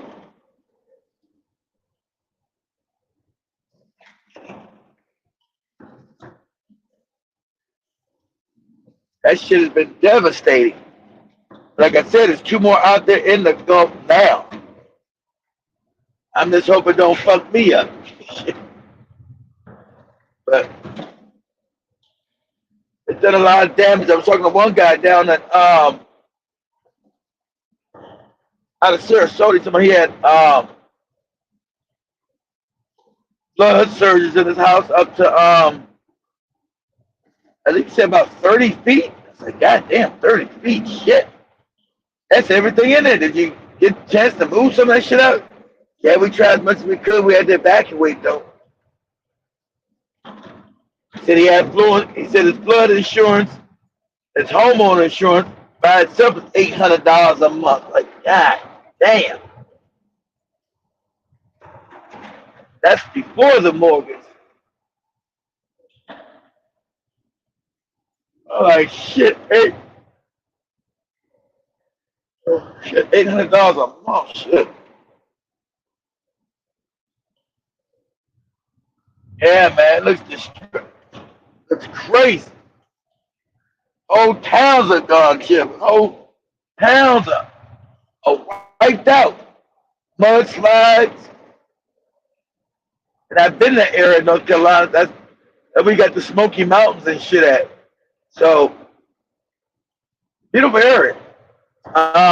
No, you've been in the mountains. You know, so all that rain and wind caused mudslides and houses to be displaced, and shit's crazy. Shit I've been seeing on TikTok, you like, God damn. Complete utter destruction.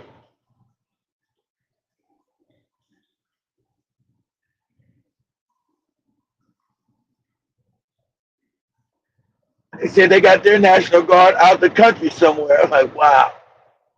I said, where's that lieutenant governor they had, that black Nazi who's a porn freak, who's running for governor? You know, that's not gonna work. They've already got rid of his black ass. He's already done. You can stick a fork in him. Where's he at? He claimed to be Captain America. I haven't seen his ass talking about the damn hurricane, let alone trying to find a way to get help to those people. So obviously his campaign is done.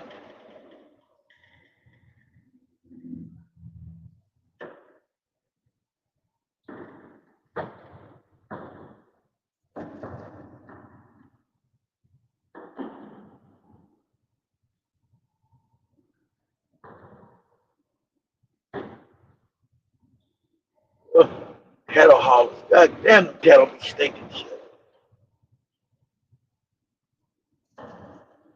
It's still windy as shit out here though. Got some remnants of the storm because it's still windy as hell. Got trees everywhere knocked down.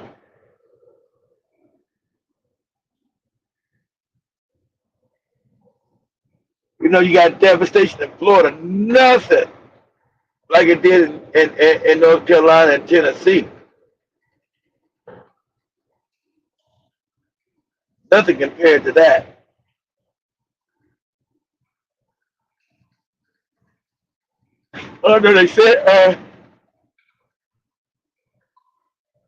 They said Cedar Key got wiped out again. Over the right on the bend. I don't know that this don't tell people no, just call Cedar Key a wrap because it's always getting hit. If you guys don't know what Cedar Key is, it's actually right up the Gulf, but actually where old Rosewood would be at from the movie. Rosewood would be on land, but a little further west of the town where Rosewood would be, it would be right there in the Gulf. And a lot of people, for some reason, build their homes there. They keep getting wiped out. Like, I don't know why nobody's building their home there.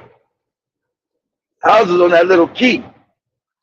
Absolutely crazy. I think they've been hit at least 3 times in the last 5 years.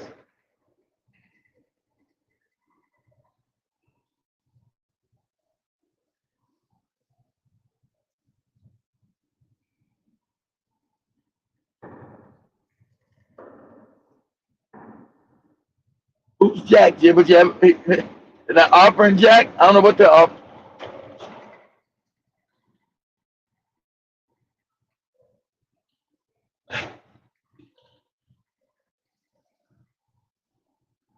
I just know it's become the Hunger Games now. People now trying to break into people's homes to get food. Some of the abandoned homes there. I heard you had a group of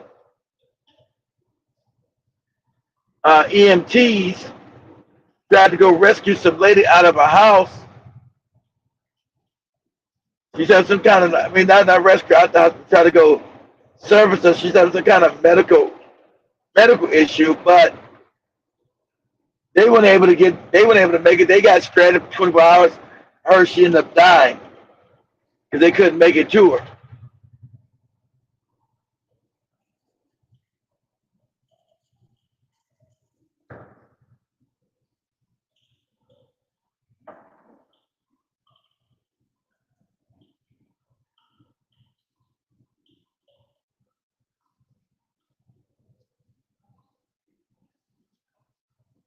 Absolutely crazy.